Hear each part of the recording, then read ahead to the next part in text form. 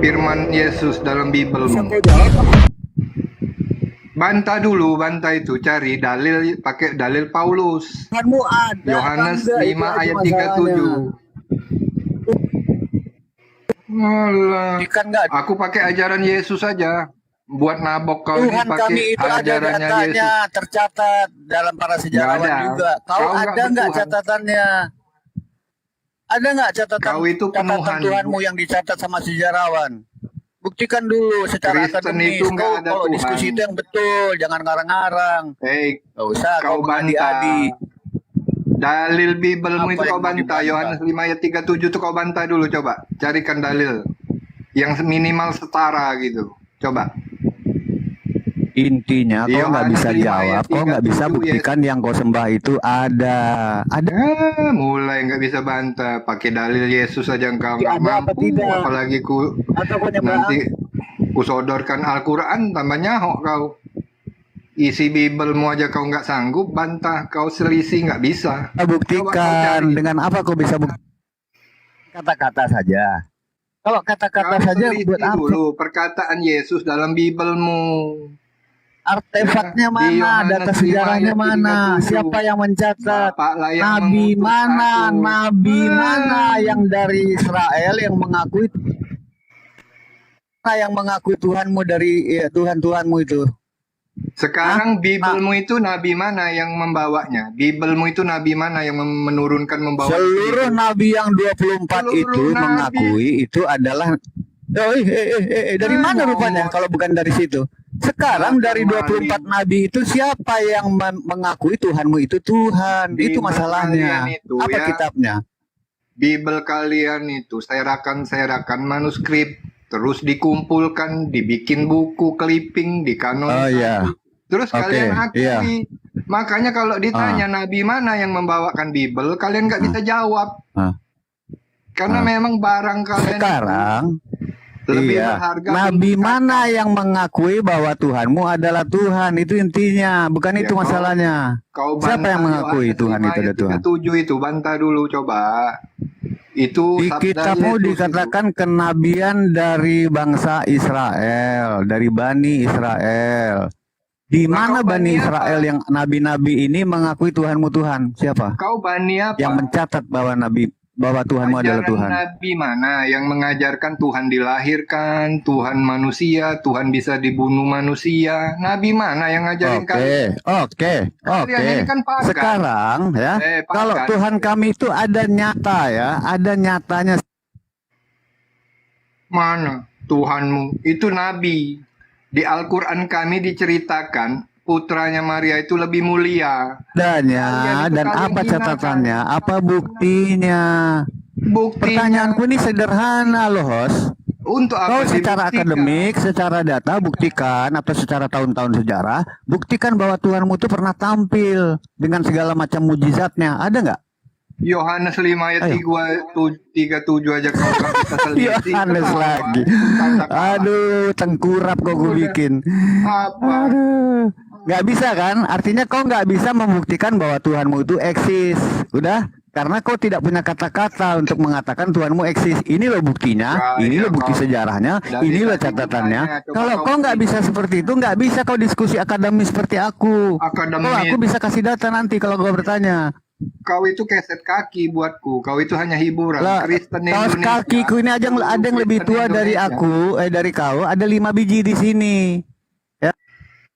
Kristen Indonesia itu bagi kami Muslim hanya keset kaki, bahan hiburan, bahan tertawaan. Gitu kau paham ya?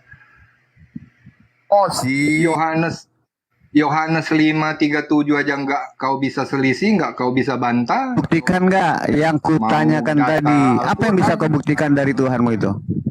Apa yang bisa kau buktikan? Mana catatan sejarahnya? Mana bukti data?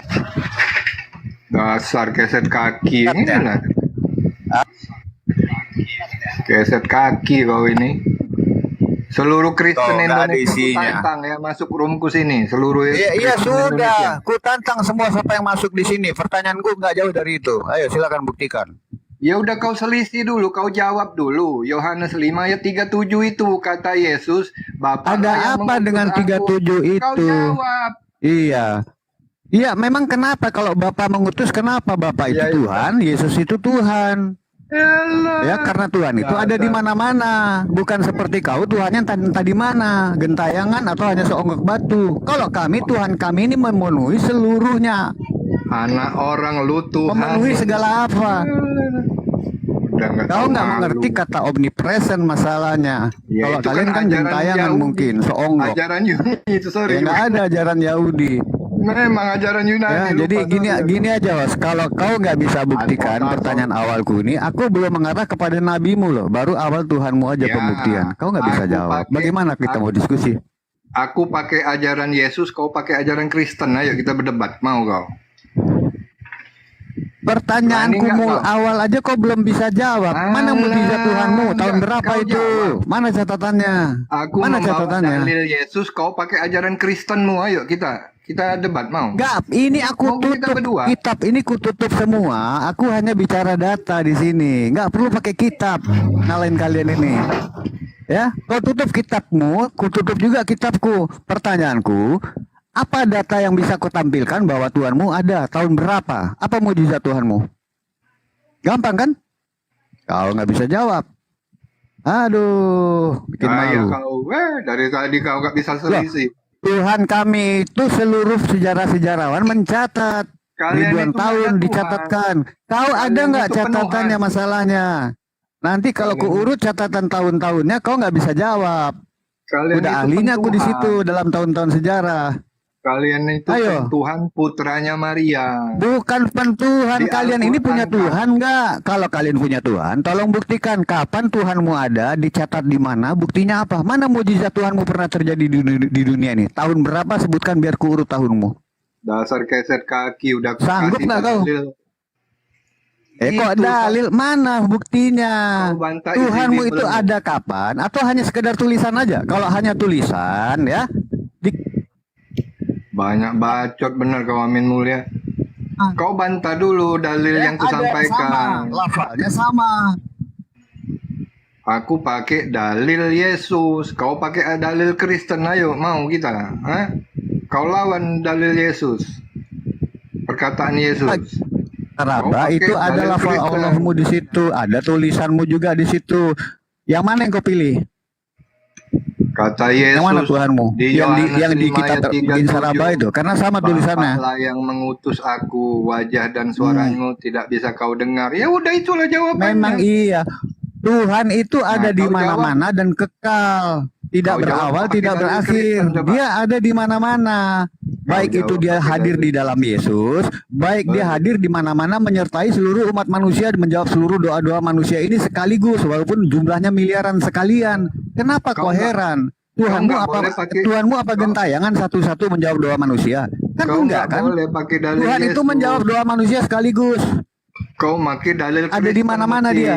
menyelisiku. Iya, itu yang dinamakan omnipresent, Bung. Pakai dalil Yesus. Itu yang dikatakan omnipresent. Dan Tuhan itu tidak perlu kau jengkal-jengkal dengan tempat, tidak perlu kau jengkal dengan angka, tidak.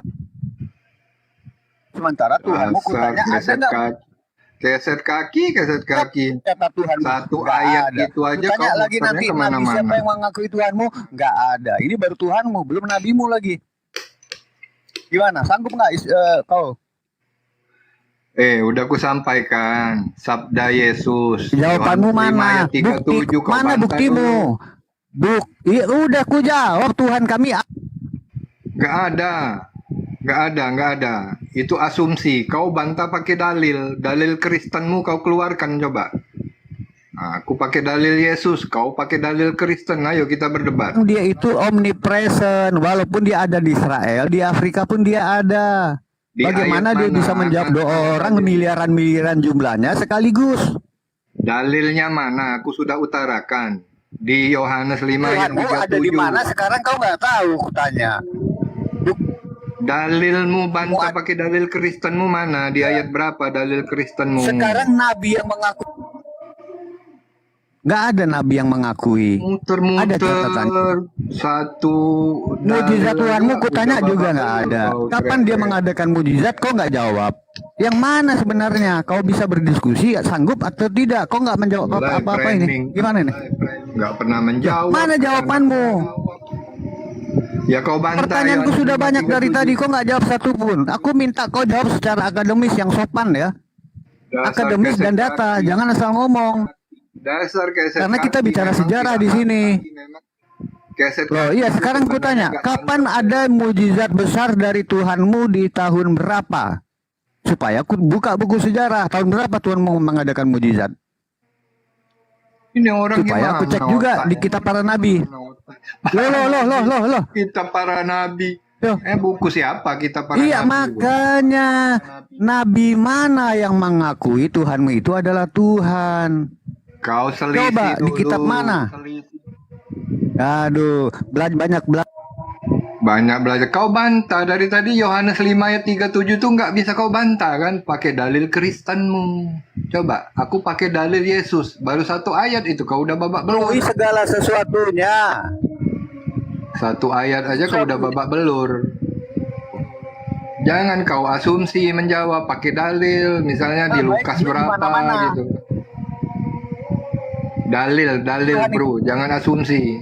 Bukan kayak seperti Kalian itu ya bikin kitab baru yang isinya asumsi semua. Kalian buang Bible terbitan LAI itu. Nah, aman kalian. Kalian bikin buku kitab baru Bible terbitan LAI. Pertanyaanku terakhir ya, host ya. Ada yang mencatat Mau di dalam kabur, sejarah ya kabur itu modal kalian. minimal kalau dia nggak pernah mau datang. Apa mujizat Tuhanmu secara catatan sejarah? Di mana? Siapa yang mencatat? Ya, kalaupun ada yang mencatat, kutanya lagi, nabi mana yang mencatat bahwa Tuhanmu adalah Tuhan? Nabi siapa? Ingin tahu aku nabi mana itu? Kau Ayo, lawan di kitab kau catatan para lawan. nabi mana? Kau lawan dulu perkataan Yesus itu di Yohanes 5 ayat 37. Coba pakai dalil Kristenmu. Kan Ayat sudah berapa, ayat berapa, coba kukatakan. bantah. Tuhan kami ini roh, bukan zat. Kalau roh itu memenuhi seluruh apa yang dikatakan jagat raya, bahkan lebih. Jadi dia nggak mesti ditunjuk, oh harus di sana, harus di sini. Tidak. Saat dia berada di Israel, dia pun ada di Afrika. Saat orang berdoa 100 miliar, dia pun menjawab 100 miliar. Tuhanmu gentayangan mungkin ya, pikiranmu begitu. Botol kau. Ya kau yang botol, nggak bisa membuktikan mujizat Tuhanmu kapan terjadi. Sehingga bisa kita tahu bahwa Tuhanmu ada. Kapan Tuhanmu ada? Kau nggak bisa jawab. Biar ku lacak dulu tahun Tuhanmu itu. Cukup ahli sejarahku kalau untuk ngulik-ngulik itu. Sebutkan tahun berapa Tuhanmu mengadakan mujizat. Keset kaki begitu dikeluarin dalil di Bible. Ya sudah. Mau dijawab apa ini katanya? Kau nggak di dunia ini. Ya, dalam Yohanes 20. Iya, orang original tag-nya mengatakan Maria Magdalena datang ketika hari masih gelap. Orang aneh, mau dijelaskan. Ini. Maria Magdalena datang ketika hari masih gelap. Ini original tag-nya mengatakan nih, Maria di Magdalena Ercetai Proi Scovias nih. Maria Magdalena datang ketika hari masih gelap. Banyak. Aduh, kau dengar baik-baik ya. Itu terjemahan kamu gimana sih, ampun. Aduh, kau itu gimana? Ya, jadi begini. Bang Tri ini orang bener diketawain, orang salah diketawain. Ya mana sih bener? Kau dengar, iya makanya kau dengar. Jangan potong-potong cari masalah doang ini orang. Bahkan di original tag-nya ini tidak ada kata kubur ya. Saya juga baca. Nggak ada kata kubur di sini. Jadi Maria Magdalena datang ya ketika hari masih gelap. Ini dia. Ya, sebentar, Apa yang salah? Udah gantian saya tanggapi. Bro, gimana sih? Bentar Tri, aku sapa dulu abang aku. Assalamualaikum warahmatullahi wabarakatuh. Abang Roy dalam bahasa Yunani itu lebih awal dikatakan di situ. Lanjut. Lebih awal.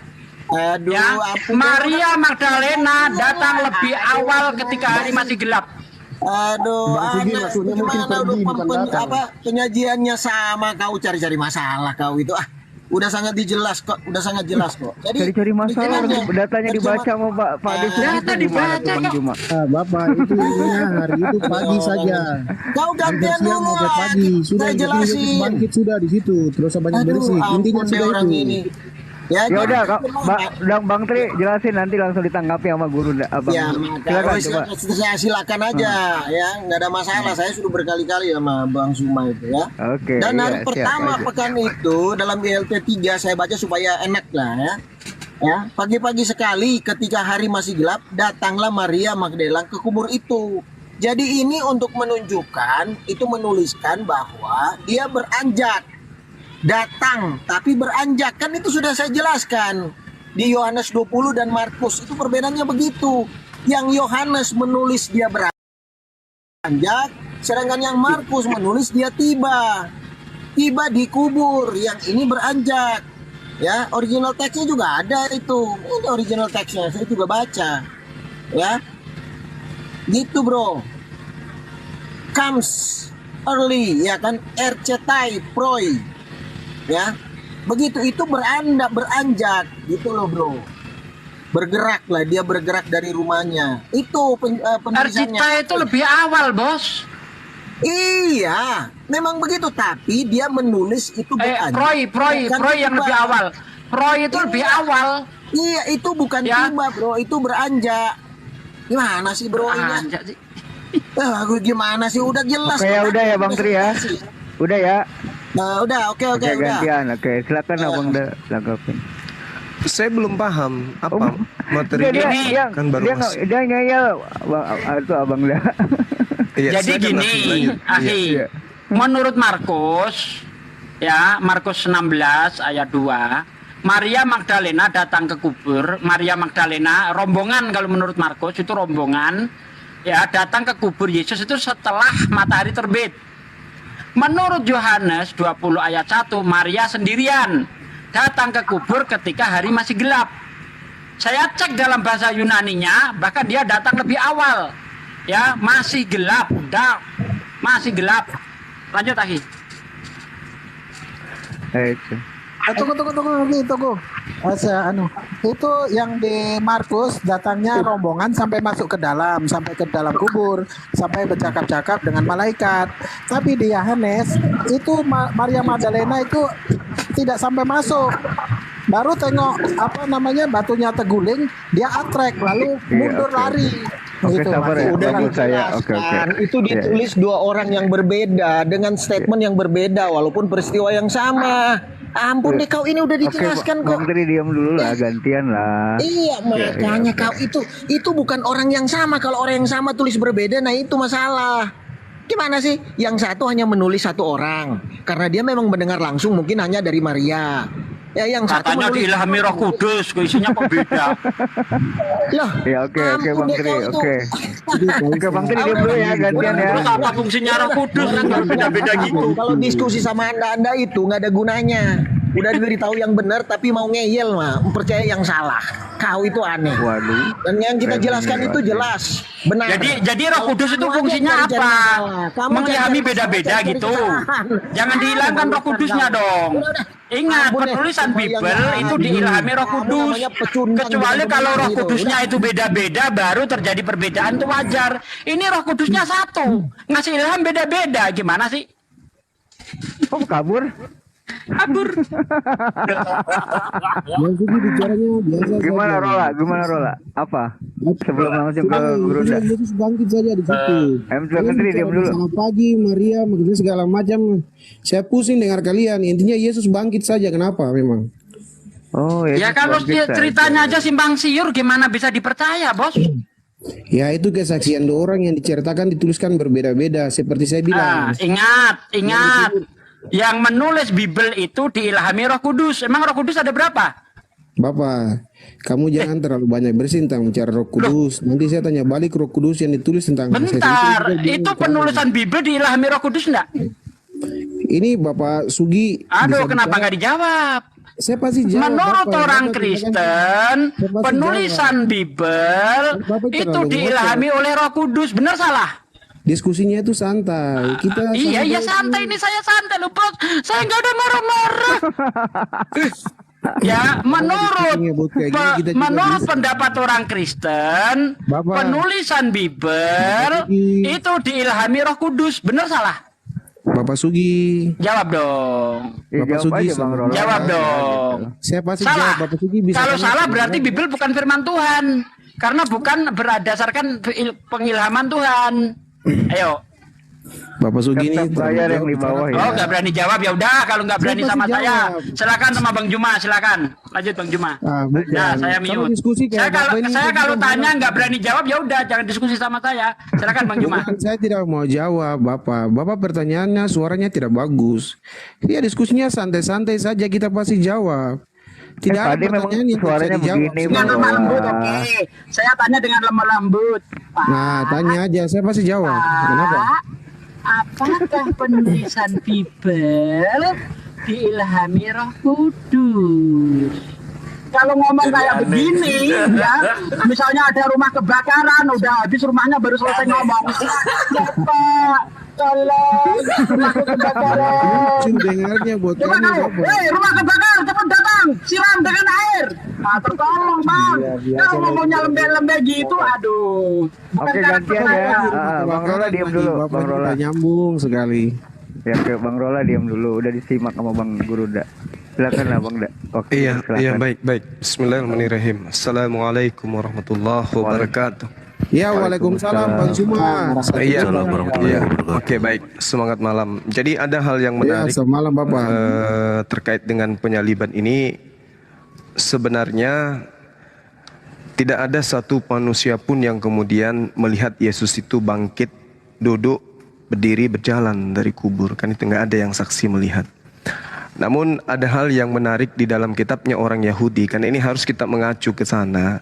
Karena ajaran Kristen ini kan katanya dari sana gitu ya. Jadi harus kita lihat muaranya. Apakah sudah sesuai atau jangan sampai ini hanya karangan internal saja.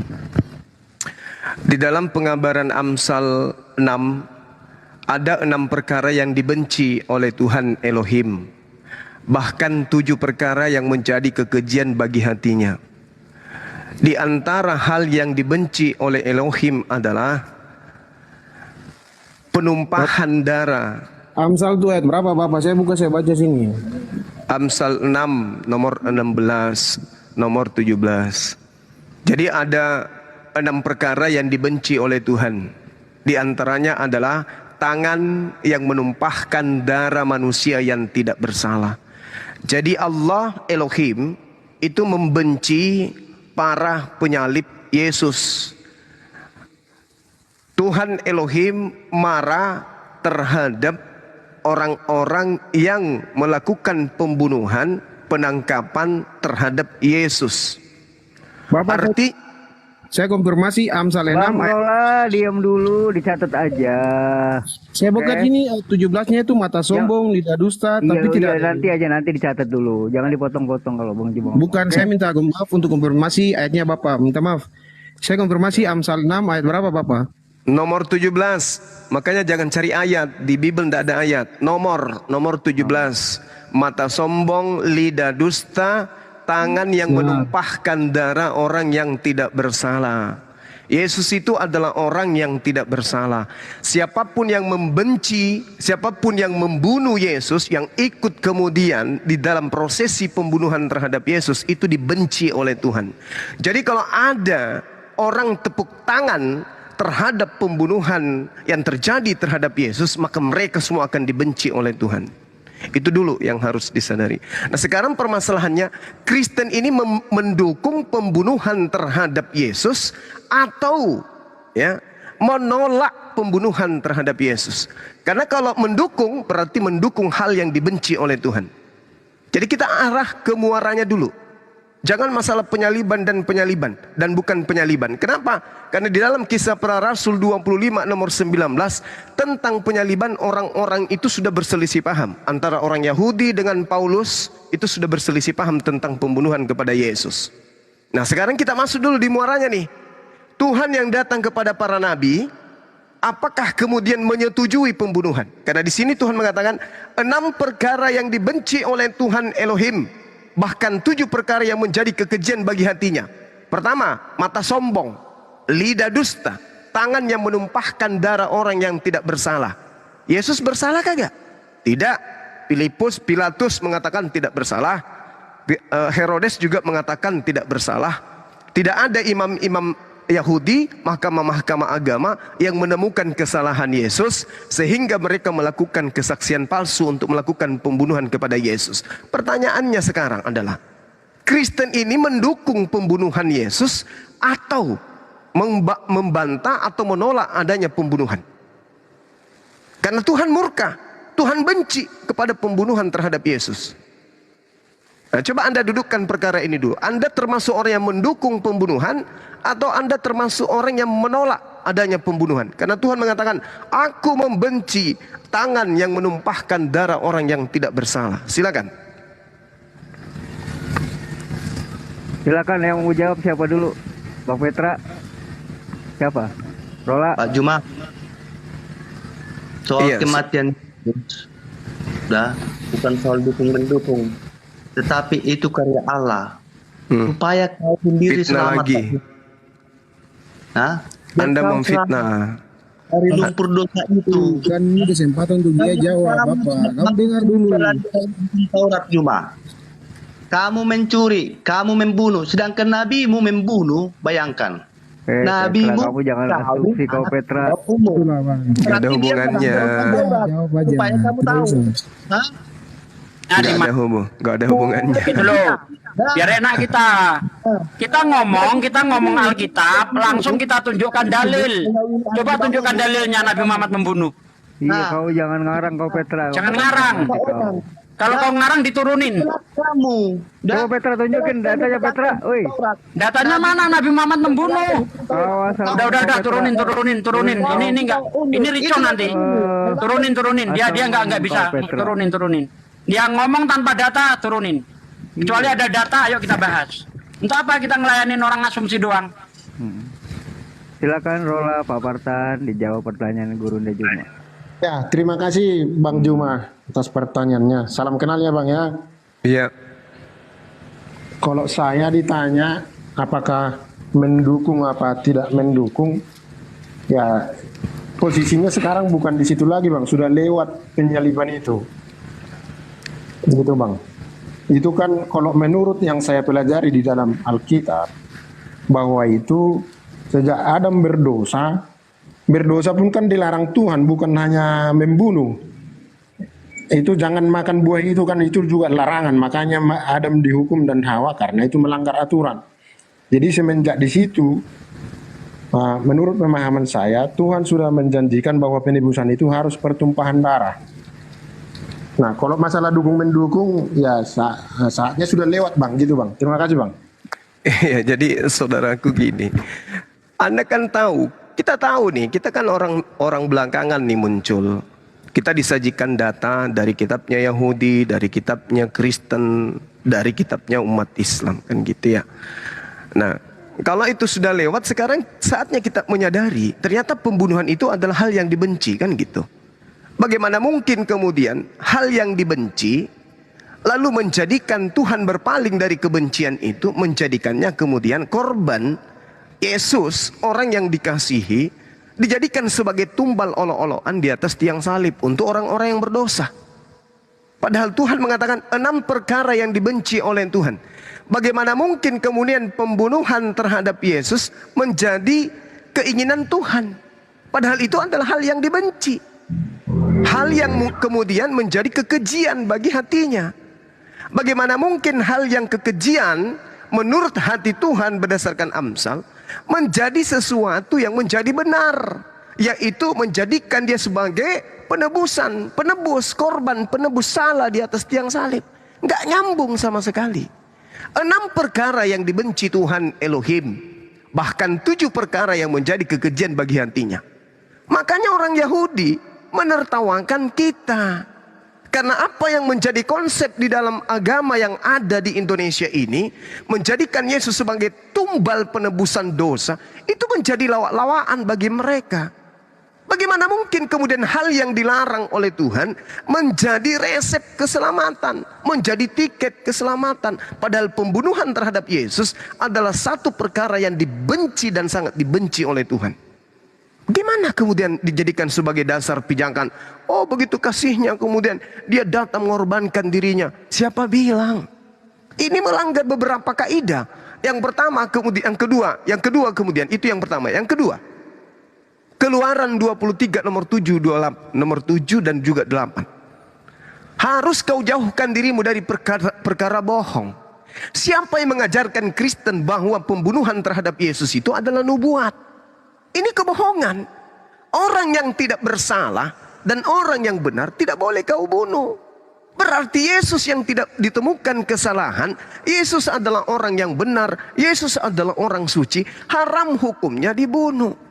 Sebab aku Tuhan tidak akan membenarkan orang yang bersalah. Sedangkan konsep Kristen adalah pelaku pesina, pelaku pemburit, pelaku pembunuhan, pelaku pemerkosaan, pencurian, perampokan. Semuanya dibenarkan Tuhan ketika dia mengimani pembunuhan terhadap Yesus sebagai tebusan. Ini kan lucu. Padahal Tuhan mengatakan orang yang tidak bersalah jangan kau bunuh. Orang yang benar tidak boleh kau bunuh. Ini perintah. Sementara aku Tuhan tidak akan membenarkan orang yang bersalah. Artinya tidak akan mungkin orang yang melakukan dosa, membunuh ibunya, membunuh ayahnya, membunuh anaknya, membunuh tetangganya, merampok dan seterusnya. Itu dibenarkan dengan cara tumbal Yesus supaya mereka bisa diselamatkan. Gak mungkin, ini dalil. Lalu nomor 8-nya mengatakan, suap janganlah kau terima. Yudas menerima suap. Sebab suap membuat buta mata orang-orang yang melihat dan memutarbalikkan perkara orang yang benar. Betul. Ini memutarbalikkan. Yang tadinya adalah perlakuan dosa, kelakuan dosa melanggar perintah Tuhan, diputar balik. Seakan-akan pembunuhan terhadap Yesus itu adalah karya Tuhan. Padahal ini adalah karya iblis. Ini data loh. Ini data. Belum lagi kalau kita masuk di dalam Matius 19. Yesus ditanya, wahai guru, ajaran, perbuatan, pekerjaan apa yang harus aku lakukan supaya aku masuk ke dalam kerajaan surga? Apa kata Yesus? Lakukan segala perintah Tuhan. Apa perintah Tuhan itu wahai guru? Yang pertama, jangan membunuh. Coba. Muncul Kristen dari Roma. Pertama kali Kristen itu dari Roma.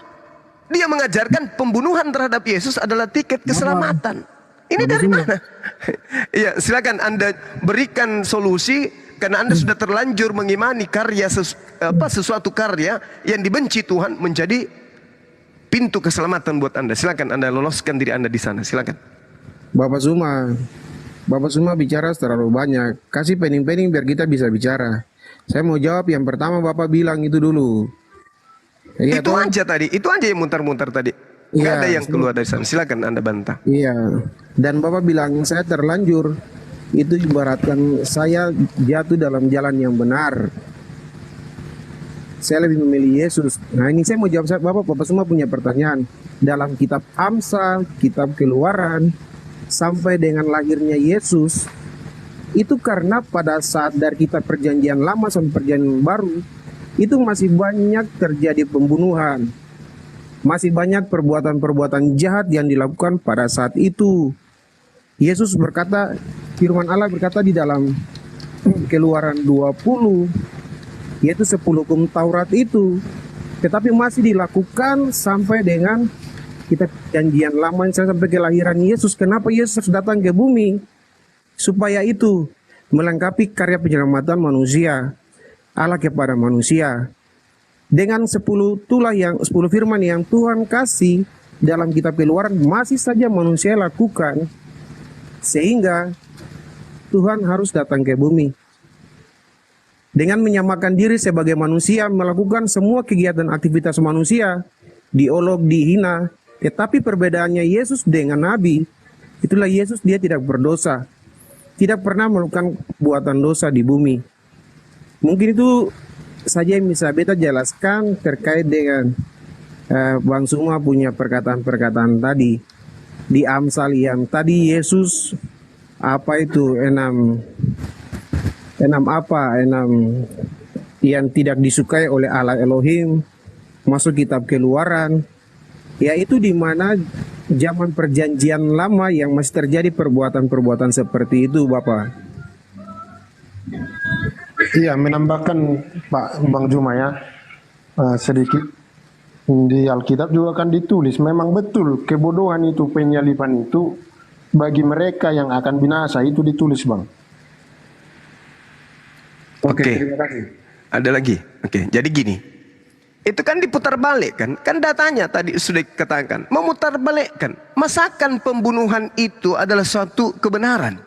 Sementara dalilnya sudah benar, itu adalah hal yang dibenci. Sekarang Anda putar balik. Penyaliban itu adalah hal kebodohan. Kata siapa? Kata Paulus. Itu bukan kata Yesus. Itu kata Paulus itu. Makanya di dalam kitab saudara, di dalam kitabnya Yahudi juga diterangkan, Mazmur 5 nomor 8, Mazmur 58 maksud saya. Sejak lahir orang-orang fasik telah menyimpang. Berapa Bapak? Mazmur 58 nomor 3 nomor 4.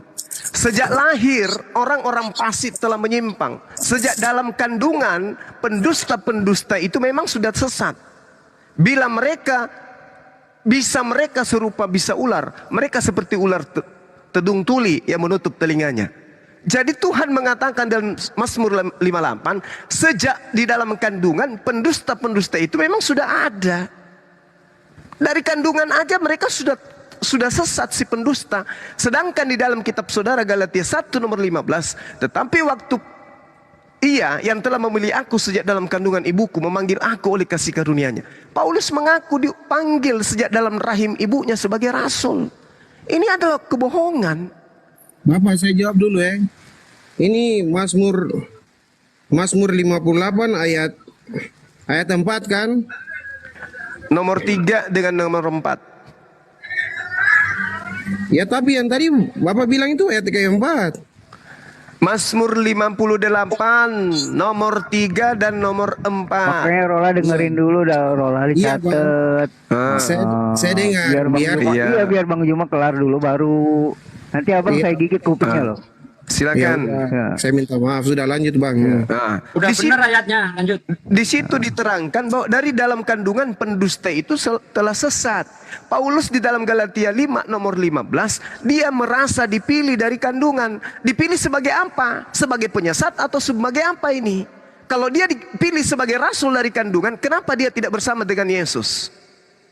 Kalau memang dari lahir dia dipilih dari kandungan, berarti memang dia dipilih dari sejak kandungan itu sebagai penyesat. Makanya muncul penyaliban itu adalah sebuah kebodohan. Kenapa? Karena dia ingin menyesatkan.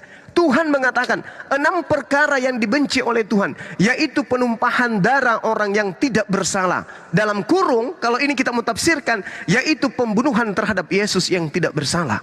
Nah sekarang Kristen muncul mengimani pembunuhan kepada Yesus itu sebagai sebuah kebenaran.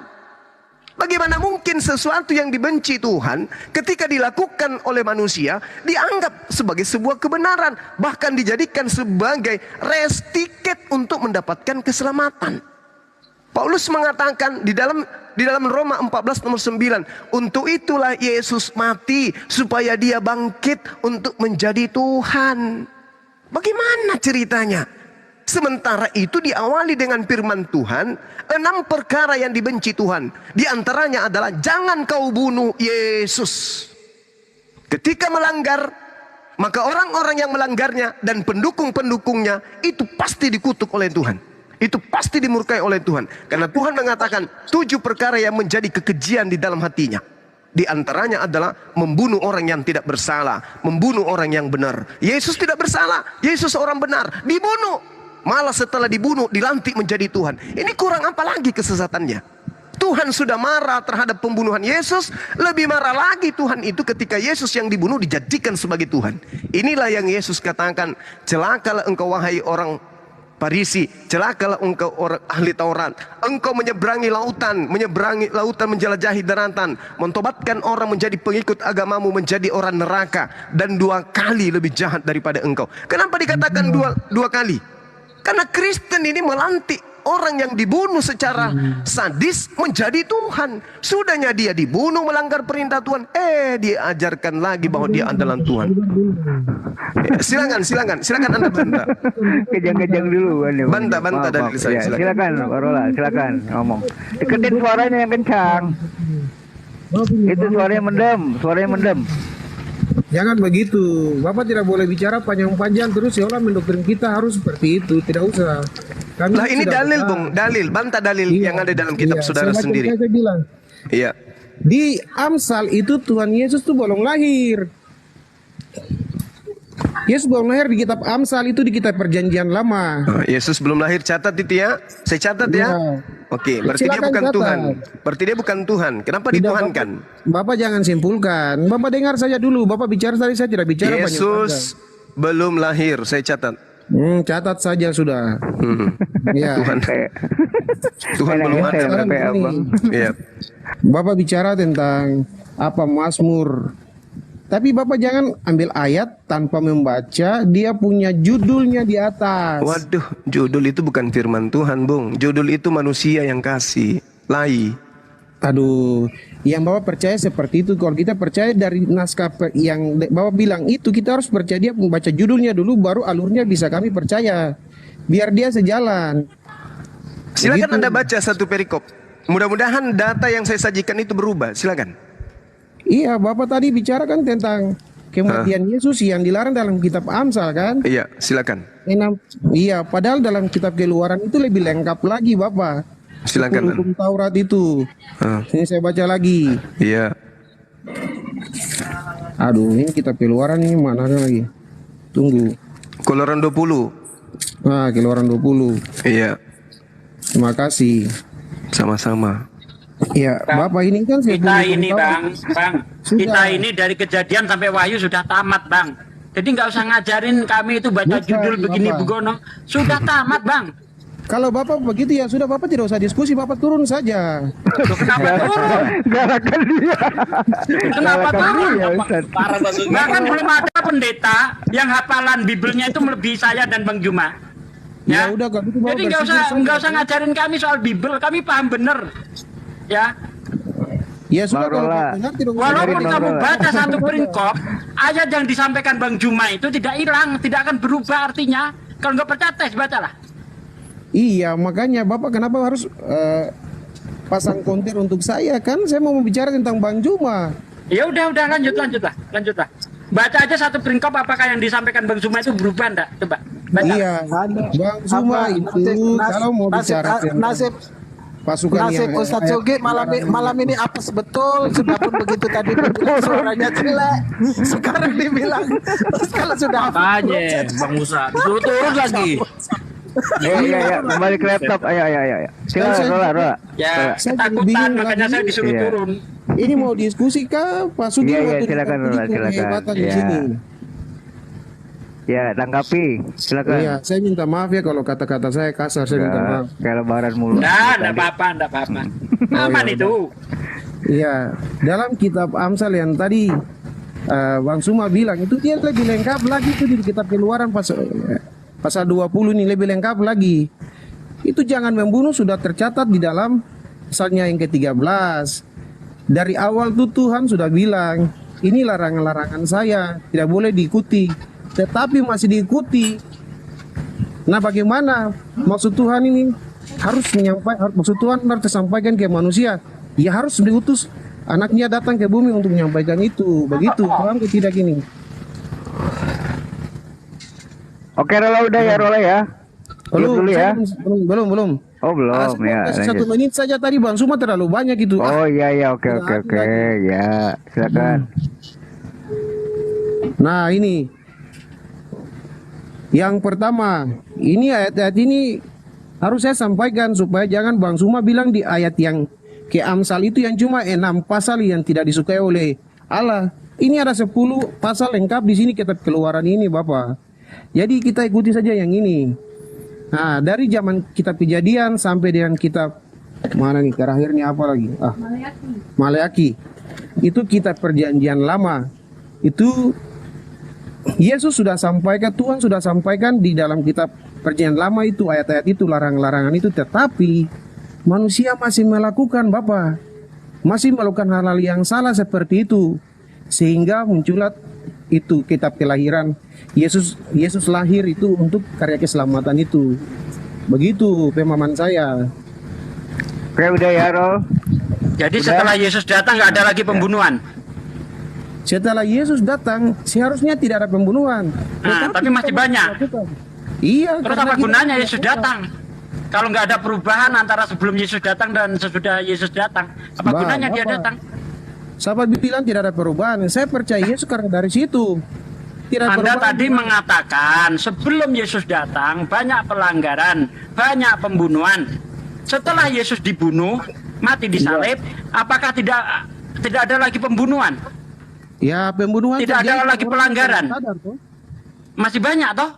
Iya, karena perbuatan Nah, berarti orang-orang nggak ada itu. gunanya Yesus datang, nggak Bukan membawa tidak ada perubahan. guna, Bapak. Apalagi kalau Anda lihat di dalam Daniel 9 ayat 25, Sudah, saya semenjak kasih firman bicara itu dulu. keluar, bentar Bang, semenjak firman itu keluar, Yerusalem akan dipulihkan.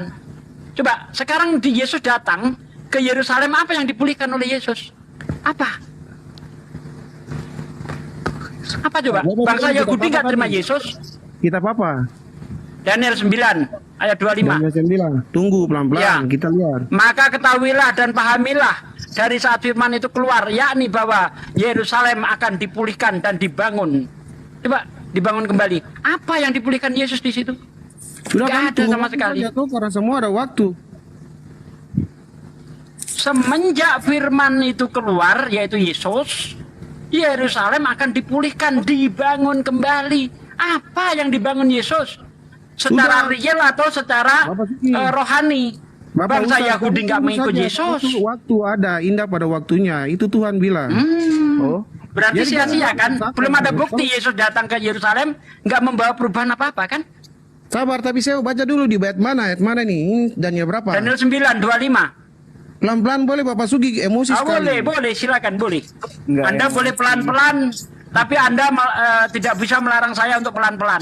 Apa untuk Saya bukan cepat-cepat? melarang. Saya bilang Ya, Bapak silakan, Sugi silakan, pelan-pelan silakan. biar kita bisa enak di sini. Ya, silakan. Daniel 9 ayat 25 toh? Ya, nomor 25. Bilang nomor lagi ya.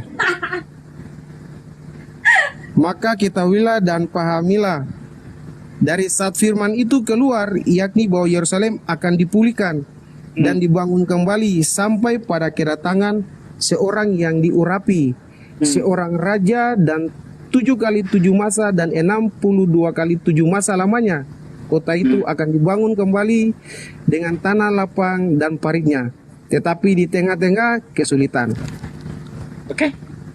Apa? Firman itu keluar Yesus kan? Firman itu keluar dari Yesus. Ya. Ini Itu juru Yesus perikopnya bukan. Firman yang keluar itu Yesus bukan. 70 kali 7 masa. Itu judulnya. Iya, maka ketahuilah dan pahamilah dari saat firman itu keluar, Iya. artinya saat Yesus itu hadir, ya, yakni bahwa Yerusalem akan dipulihkan dan dibangun kembali. Ya, itu Yesus berbuat demikian enggak? Apa Itu yang sudah- dilakukan Yesus? Coba Bapak hitung sudah 70 kali 7 masa kah belum? Itu nanti. Ingat. Maka Iya, ketahuilah makanya dan pahamilah dari saat firman itu keluar, yakni bahwa Yerusalem akan dipulihkan dan dibangun kembali sampai pada kedatangan seorang yang diurapi. Jadi ketika Yesus itu keluar, Yerusalem itu dipulihkan dan dibangun kembali sampai seorang datang yang diurapi. Gitu loh. Faktanya Itu apakah itu ketika gimana? Yesus itu datang, apakah dia memulihkan Yerusalem? Itu pertanyaan saya. Bapak kau tanya itu terlalu gampang sih untuk menjawab. Nah, ya udah jawab. Setelah firman itu keluar sekarang sudah 70 kali 7 masa atau belum? Kalau belum ya pasti belum lah. Itu di situ ada kata saat firman itu keluar. Berarti saat Yesus lahir datang ke Yerusalem. Yakni bahwa Yerusalem akan dipulihkan. Mana faktanya? Bukan, Apakah Yesus Bapak sudah itu memulihkan saja. itu semua? Tidak Sudah ada, 70 kali Bos. 7 masa Yesus atau nggak belum? membawa. Jadi Yesus datang tidak membawa perubahan apa-apa. Itu intinya. Bapak Sugi bicara ngawur. Loh, oke, tunjukkan perubahan apa yang terjadi di Yerusalem ketika Yesus datang. Bos, Karena Yesus itu diutus hanya untuk bangsa Israel saja. Matius 10 ayat 5 ayat 6. Matius 15 ayat 24. Yesus hanya untuk bangsa Israel. Sekarang Yesus datang ke bangsa Israel itu apa yang apa efeknya untuk mereka? apa? Nah, apa? Nah ini Bapak. Apakah bangsa Israel mengikuti Yesus? Saya sudah Nggak ada. bicara, selesai. Ya. Ya. Bapak hitung saja, sekarang sudah 70 kali 7 masa atau belum sejak saat itu. Dari firman-Nya keluar. Bapak bisa hitung kah tidak? Kok ke situ lagi? Ini saya mempertanyakan ketika Yesus datang ke Yerusalem, itu apa yang diperbuat? Ya, apa yang dilakukan oleh Yesus itu apa? Jangan sepotong pemulihan ayat apa yang dilakukan Yesus? Makanya Coba. saya bilang, Bapak baca judulnya 70 kali 7 masa, itu judul perikopnya. Jadi Yesus datang itu tidak membawa perubahan apa-apa. Nah, itu intinya. Intinya Terserah. apakah Yesus membawa perubahan atau enggak di Yerusalem itu ketika dia datang? Membawa perubahan enggak? Yang kan di Yerusalem, di Indonesia kita tahu Yesus itu dari mana. Sejak dia datang itu makanya kita kenal ini. Ingat, Yesus bukan untuk orang Indonesia. Yesus hanya untuk bangsa Israel. Matius 10 ayat 5 ayat 6. Aku diutus hanya untuk domba yang hilang dari Israel. Pertanyaan saya ketika dia datang di kalangan bangsa Israel, perubahan apa yang dia buat? Contoh, Musa diutus Tuhan ke tanah Mesir. Dia berhasil membebaskan bangsa Israel dari perbudakan. Sekarang Yesus diutus ke bangsa Israel, apakah dia membawa perubahan? Sudah? Ya? Sudah? Ya. Ya, saya jawab. Bapak dengar. Yesus datang bukan cuma perubahan ada di Israel. Saya yang percaya Yesus di Indonesia, saya terjadi perubahan. Saya bisa kenal itu dari mana? Dari sana itu datang ke sini. Sudah Bapak? Perubahan ada tidak? Aduh.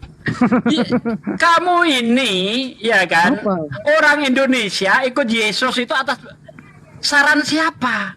Kalau Yesus sendiri, kalau Yesus sendiri ngomong, janganlah kamu pergi ke kota orang lain atau ke kota orang Samaria, melainkan pergilah kepada domba yang hilang dari Israel. Matius 10 ayat 5 ayat 6. Matius 10 ayat 9. Pelan-pelan. Ayat 5 ayat 6. Matius 10 ayat 5 sampai 6. Pelan-pelan Bapak.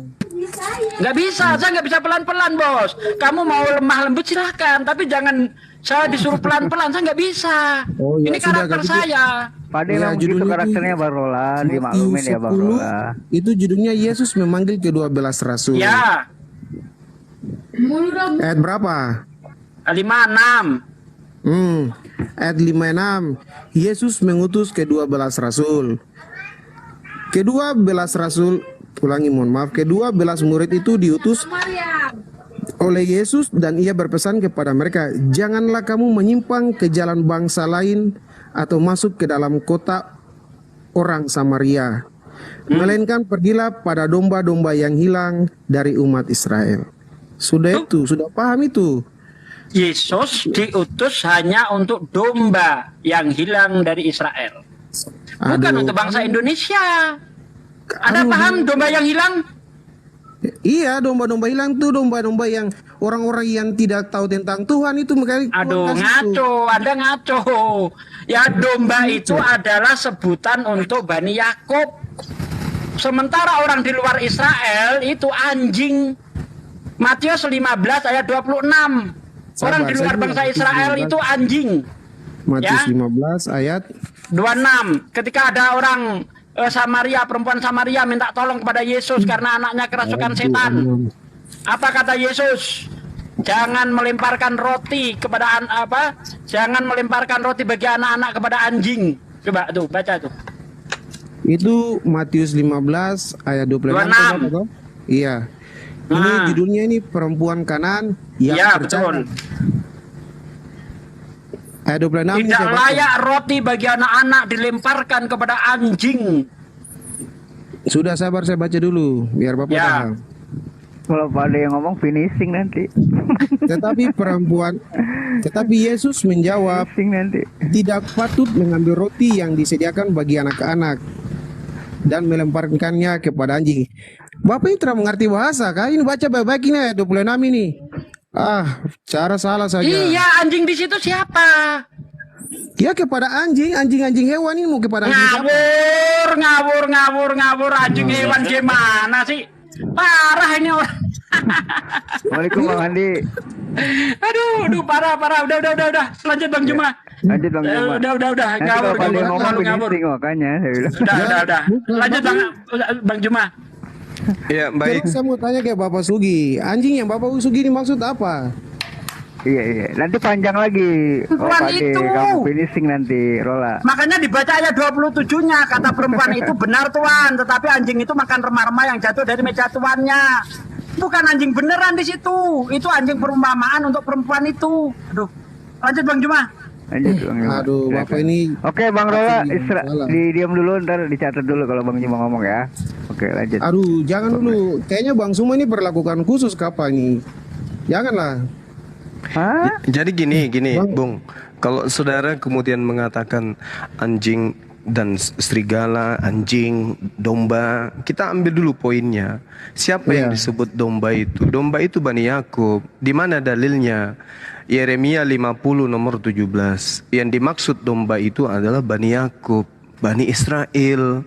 Di luar dari Bani Yakub itu disebut guguk. Oleh siapa? Oleh Yesus. Yeremia 23 nomor 2, nomor 3, nomor 8 yang disebut domba itu Bani Yakub. Di luar Bani Yakub itu serigala atau guguk. Nah, sekarang permasalahannya adalah ketika Yesus datang kepada Bani Israel, pada saat itu Bani Israel hidup berdampingan dengan siapa? Hidup berdampingan dengan orang Goyim yang mereka sebut sebagai guguk. Nah, Yesus menyebut orang yang percaya kepada Dia dengan sebutan guguk. Bayangkan aja ini, orang yang hidup sesama Yesus, percaya kepada Yesus bisa bermukjizat, datang minta tolong. Tuhan, kata dia, Tuhan, bantulah anakku ini mau meninggal, tolong disembuhkan. Yesus mengatakan tidak layak roti di sini Yesus. Tidak layak roti yang disiapkan kepada anak-anak di sini Bani Yakub diberikan kepada guguk, diberikan kepada non-Israel. Wanita itu mendengar, wanita itu mengatakan, betul Tuhan, memang betul Tuhan, perkataanmu itu memang betul. Tapi bukankah guguk makan sampah atau remah-remah yang jatuh dari meja tuannya, yaitu meja Bani Israel. Yesus mengatakan apa? Kalau begitu imanmu betul, jadilah anakmu seperti apa yang kamu mau. Anaknya sembuh. Jadi antara ibu yang minta tolong kepada Yesus dan Yesus itu sepakat bahwa orang Roma Yunani pada saat itu disebut guguk.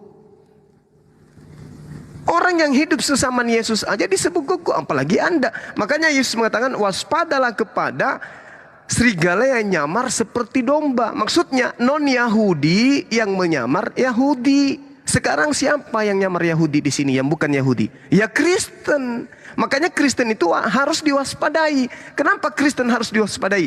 Karena Kristen 2 kali lebih jahat daripada Yahudi. Kenapa demikian? Orang yang dilarang dibunuh. Setelah dibunuh dijadikan Tuhan. 2 kali lebih jahat daripada Yahudi itu sendiri. Ini data.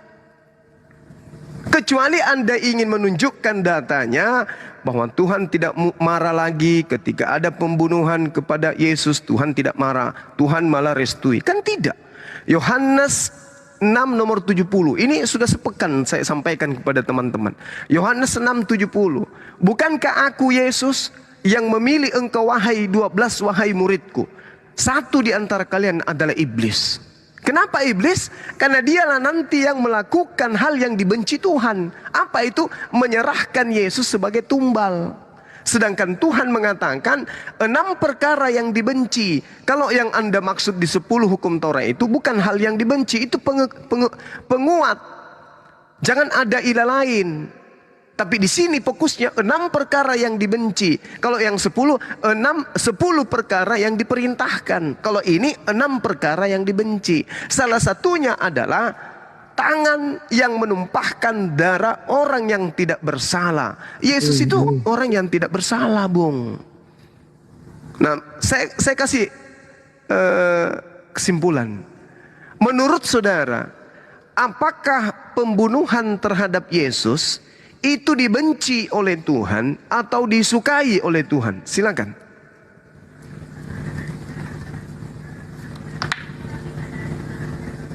Bang Suma tanya siapa? Tanya Anda.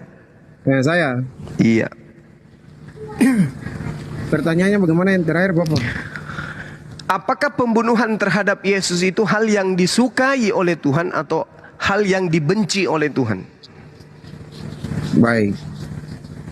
Terima kasih untuk pertanyaannya Bang Suma. Sama-sama, Bung. Iya.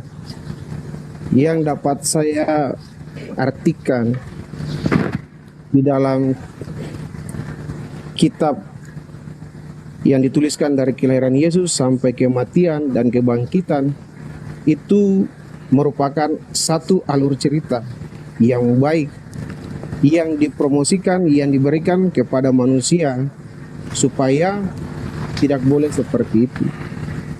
Kalau bertanya tentang pembunuhan, sudah pastinya itu dilarang oleh Tuhan. Dalam kitab Keluaran yang tadi disampaikan 10 larangan itu sudah jelas. Itu juga karena dibenci oleh Tuhan. Makanya Tuhan kasih larangan itu tidak boleh lakukan. Nah, yang Bang Suma tanyakan itu merupakan satu alur cerita sehingga lengkaplah karya keselamatan dari kelahiran. Nah, ini siapa yang bertambah lagi nih? Tunggu. Dari kelahiran sampai kematian, kebangkitan dan Yesus naik ke surga itu merupakan alur cerita yang lengkap. Jadi kalau saya bilang secara umum bahwa kematian, pembunuhan itu adalah salah. Begitu Bapak. Iya, berarti pembunuhan itu adalah hal yang dibenci oleh Tuhan, betul? Ya, pembunuhan secara itu dibenci oleh Tuhan. Berarti penyaliban itu adalah hal yang dibenci. Terus kenapa dijadikan sebagai jalan keselamatan? Iya, jawab ya Bang ya. Iya. Iya. Karena jalan keselamatan pada saat itu yang berbuat dosa dan yang itu adalah perintah kaisar, sehingga harus disalibkan. Kalau sebenarnya perintah lain harus ditikam dan ditanamkan, itu nggak bisa. Karena itu ada pada saat itu perintahnya dari kaisar yang bertugas saat itu adalah salibkan. Ya, itu menggenapi karya keselamatan yang Tuhan sudah dibuatkan. Terima kasih. Ya, kenapa jadi karya keselamatan? Bukankah itu kita udah sepakat itu adalah hal yang dibenci? Hal dibenci kenapa berubah? Inilah yang dikatakan seorang saksi dusta yang menyembur-nyemburkan kebohongan dan yang menimbulkan pertengkaran, saudara. Seorang saksi dusta, Amsal 6, seorang saksi dusta yang menyembur-nyemburkan kebohongan. Ini adalah salah satu dari 6 dari 7 perkara yang dibenci Tuhan, yaitu bersaksi dusta. Dari mana Anda mengatakan bahwa itu adalah karya penebusan, karya Tuhan, karya keselamatan? Ini ilmunya dari mana?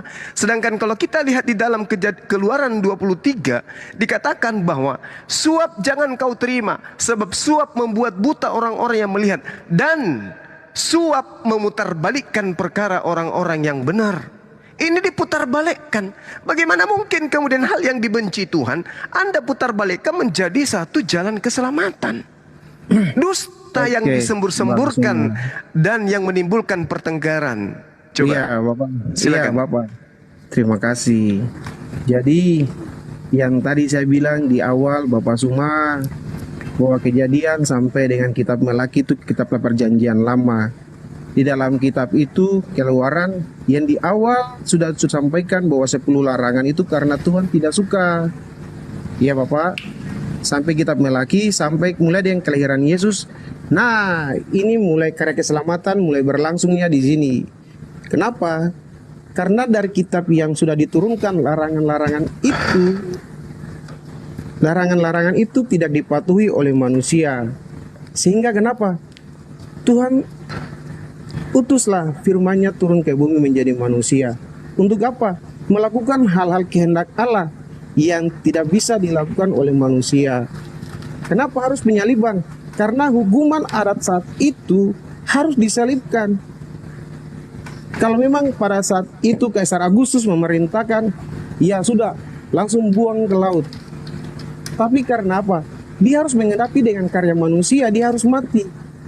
Seperti itu Bang Suma. Jadi matinya itu perintahnya harus disalibkan. Ya sudah, harus disalibkan berdasarkan perintah Kaisar Agustus. Kenapa harus muncul pertanyaan? Kenapa harus disalibkan?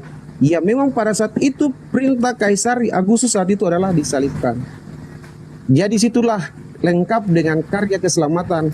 Yesus harus mati dan bangkit, kemudian naik ke surga. Iya, jadi gini Bung, Anda lagi-lagi melakukan Saya sesuatu. minta maaf.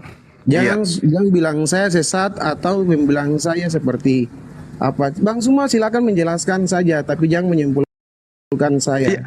Oke, baik. Data itu kan sudah jelas mengatakan bahwa seorang saksi dusta. Anda kan sudah mempraktekkan tadi itu. Tuhan murka, Tuhan benci. Sekarang Anda putar balikkan bahwa Tuhan menjadikan pembunuhan itu sebagai jalan keselamatan. Ini apa ini? Tuhan benci. Itu Tuhan anggap sebuah kekejian. Tapi Anda putar bahwa itu adalah jalan keselamatan. Ini siapa yang ngajarin saudara bahwa pembunuhan terhadap Yesus yang Tuhan murka terhadap pembunuhnya, ini adalah jalan keselamatan. Makanya saya katakan Anda melakukan kesaksian dusta. Karena Tuhan tidak pernah membenarkan pembunuhan itu, apalagi menjadikannya sebagai jalan keselamatan. Kita lihat di dalam poin yang ada di dalam kitabnya orang Yahudi, Bung. Ulangan 21 nomor 23. Maka janganlah mayatnya dibiarkan semalam-malaman pada tiang itu, tetapi haruslah engkau menguburnya dia pada hari itu juga. Sebab seorang yang digantung terkutuk oleh Tuhan. Ini berat pilihannya ini. Yesus itu terkutuk. Ulangan 21-23. Di situ jelas dikatakan, ya,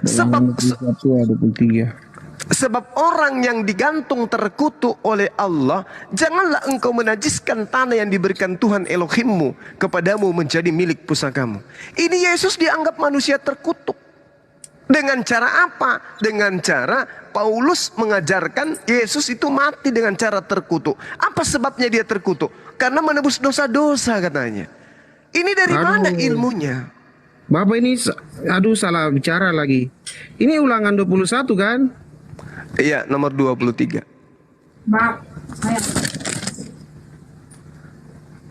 Jangan ajari saya kalau tentang Bible, Bung. Iya, apalagi menyalah-nyalakan saya. Mohon maaf. Iya, saya minta maaf kalau saya salah Bapak. Tapi di dalam ulangan 23 ini penguburan orang yang dihukum mati. Bapak, di dalam kitab ulangan ini Tuhan Yesus belum lahir, Bapak. Iya, tapi ini nanti yang dijadikan oleh pendiri agama Anda sebagai nubuat. Baca Galatia 3 nomor 13. Terkutuklah Yesus yang mati di atas tiang salib, sebab ada tertulis, terkutuklah orang yang mati di atas tiang salib.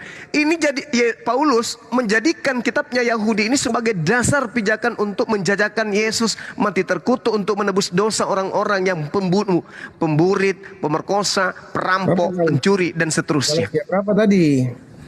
La haula wala quwata illa billah. Masuk sekolah minggu lagi, Bang. Galatia 3 nomor 13. Gimana Bang Rola mau menyalahkan Bang Juma? Silakan Abang aja. Saya tidak menyalahkan, saya sangat menghormati jawaban beliau. Betul. Cuma saya ingin buka di sini, saya mau baca. Ya, silakan. Ya, sambil dicari ya Bang Rolannya. Ya, Bang Partan boleh bicara. Ya, silakan Bang Partan. Bisa sedikit masuk akal juga kalau apa yang dikatakan Bang Juma ini kan.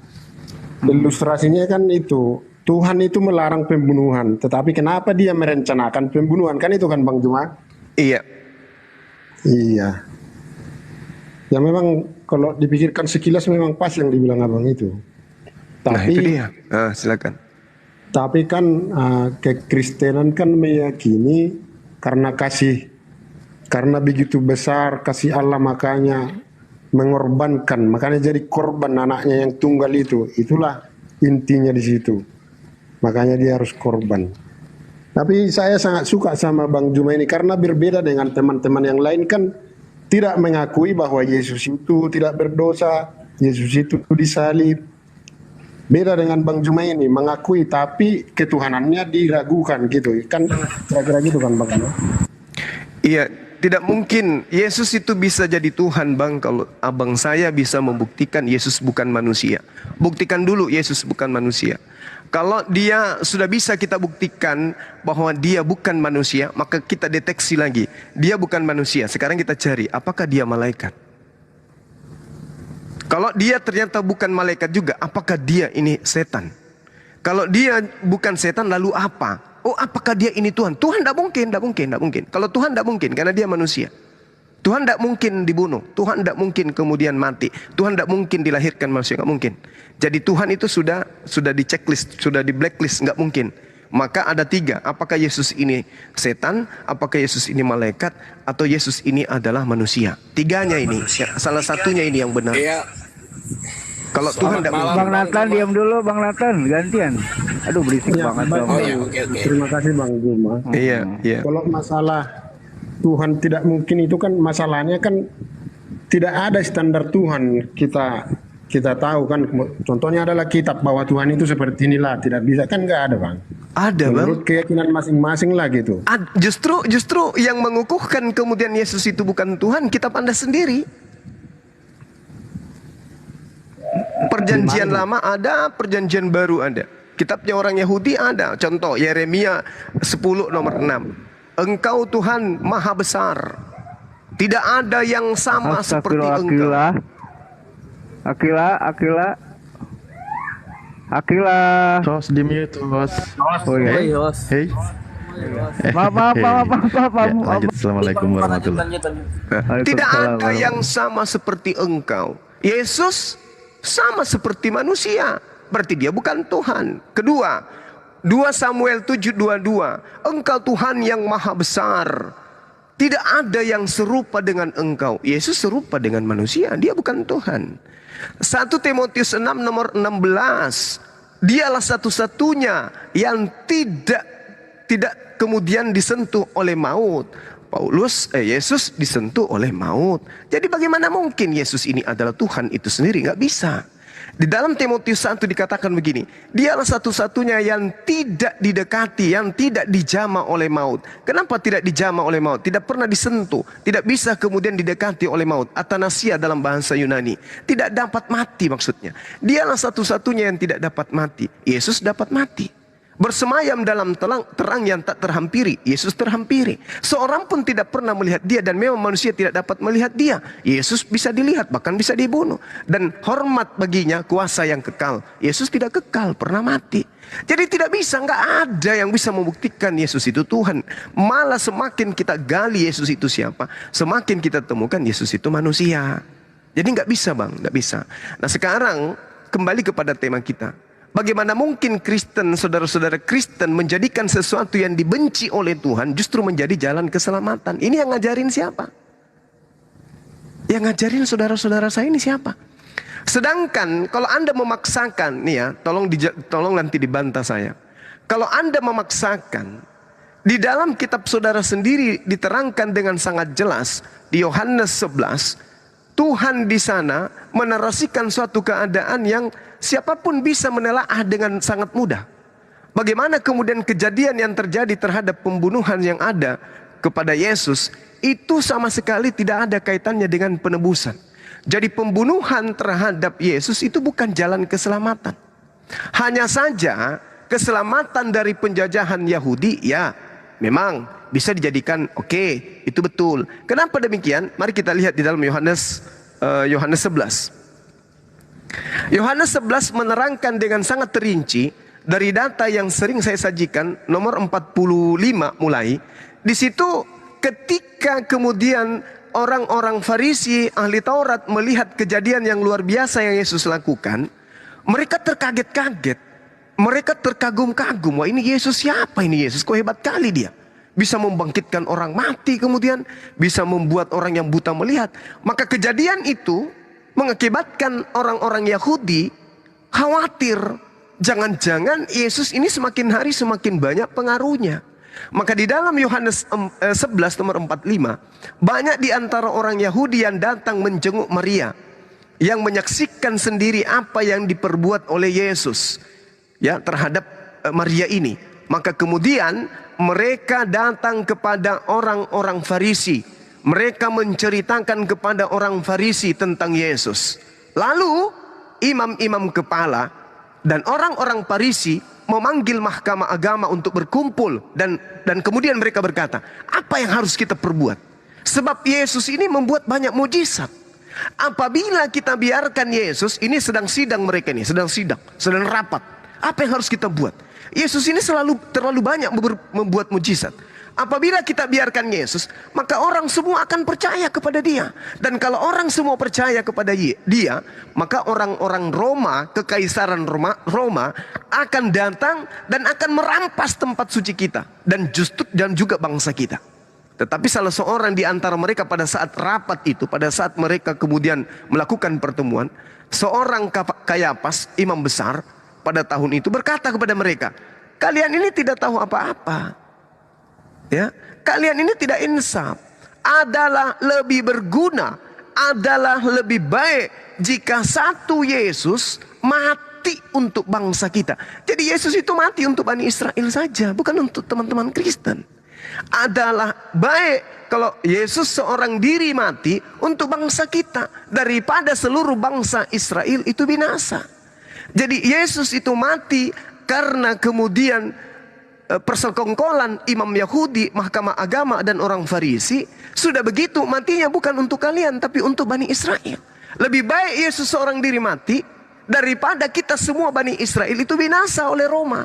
Hal itu dikatakan oleh Kayapas bukan dari dirinya sendiri, tetapi sebagai imam besar pada tahun itu, Kayapas bernubuat bahwa Yesus akan mati untuk bangsa Israel, bukan untuk bangsa Kristen. Maka di data nomor 3-nya dikatakan, mulai hari itu mereka sepakat membunuh Yesus. Jadi tidak ada jalan keselamatan, nggak ada. Ini murni karena mereka cemburu kepada Yesus, karena Yesus semakin banyak bermujizat. Mereka khawatir kalau kita biarkan Yesus hidup, maka orang semakin banyak percaya kepada dia. Kalau orang semakin banyak percaya kepada dia, orang-orang tidak akan bayar perpuluhan. Kalau orang tidak bayar perpuluhan, maka kita tidak memiliki pembayaran pajak kepada kekaisaran Romawi. Kalau kita tidak menyerahkan pajak ke kekaisaran Romawi, maka Romawi akan datang menguasai tempat suci kita, merampas bangsa kita. Maka lebih baik kalau Yesus kita bunuh daripada bangsa kita diambil oleh Roma. Mulai hari itu mereka sepakat untuk membunuh Yesus. Ini fakta, Bung. Maka mereka melakukan kesaksian-kesaksian palsu. Matius 26 nomor 59. Mulai saat itu imam-imam kepala, bahkan seluruh mahkamah-mahkamah agama Bani Israel bersekongkol untuk melakukan kesaksian-kesaksian palsu agar bisa menyerahkan Yesus, agar bisa membunuh Yesus. Baca dalil itu dengan baik. Jadi pembunuhan terhadap Yesus bukan karya keselamatan, Bung, bukan. Pembunuhan terhadap Yesus adalah pelanggaran terhadap apa yang dibenci oleh Tuhan. Makanya Yesus mengatakan, aku yang memilih kalian yang 12, tapi satu di antara kalian adalah iblis. Imam-imam kepala kerasukan iblis, mahkamah-mahkamah agama kerasukan iblis. Semuanya kerasukan iblis. Jadi kalau ada yang menuhankan Yesus karena dia mati di atas tiang salib, itu juga adalah pengikut iblis. Demikian.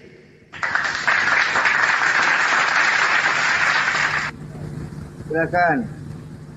Di Kristen siapa? Boleh saya ikut bergabung. Selamat malam Bang Juma. Malam Saudara Nathan, silakan. Malam Saudara Nathan. Iya, itu luar biasa ceramahnya panjang ya. Jadi itu Anda bertanya tadi. Suaranya itu nggak dijelasin, itu nggak jelas, kresek-kresek. Kurang jelas atau gimana? Iya, itu suara berisik gitu. Jelasin tuh. Jauh dari bising dulu tuh. Oh iya. Silakan. Oke, apa suara saya jelas? Aduh, gugurnya ikut ngomong lagi. Halo. Ya, halo. Apa suara saya jelas? Ya. Ya jelas.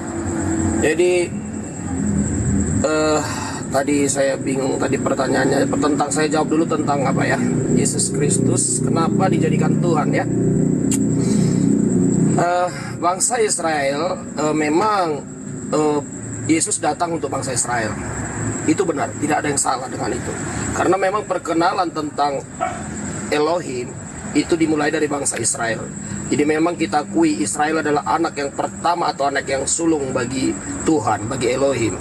Makanya Yesus yang adalah Bapa itu sendiri yang mengutus Sang Firman. Jadi Yesus itu adalah Sang Firman. Dalam Yohanes 1 ayat 1-3, segala sesuatu tidak ada dijadikan tanpa Yesus.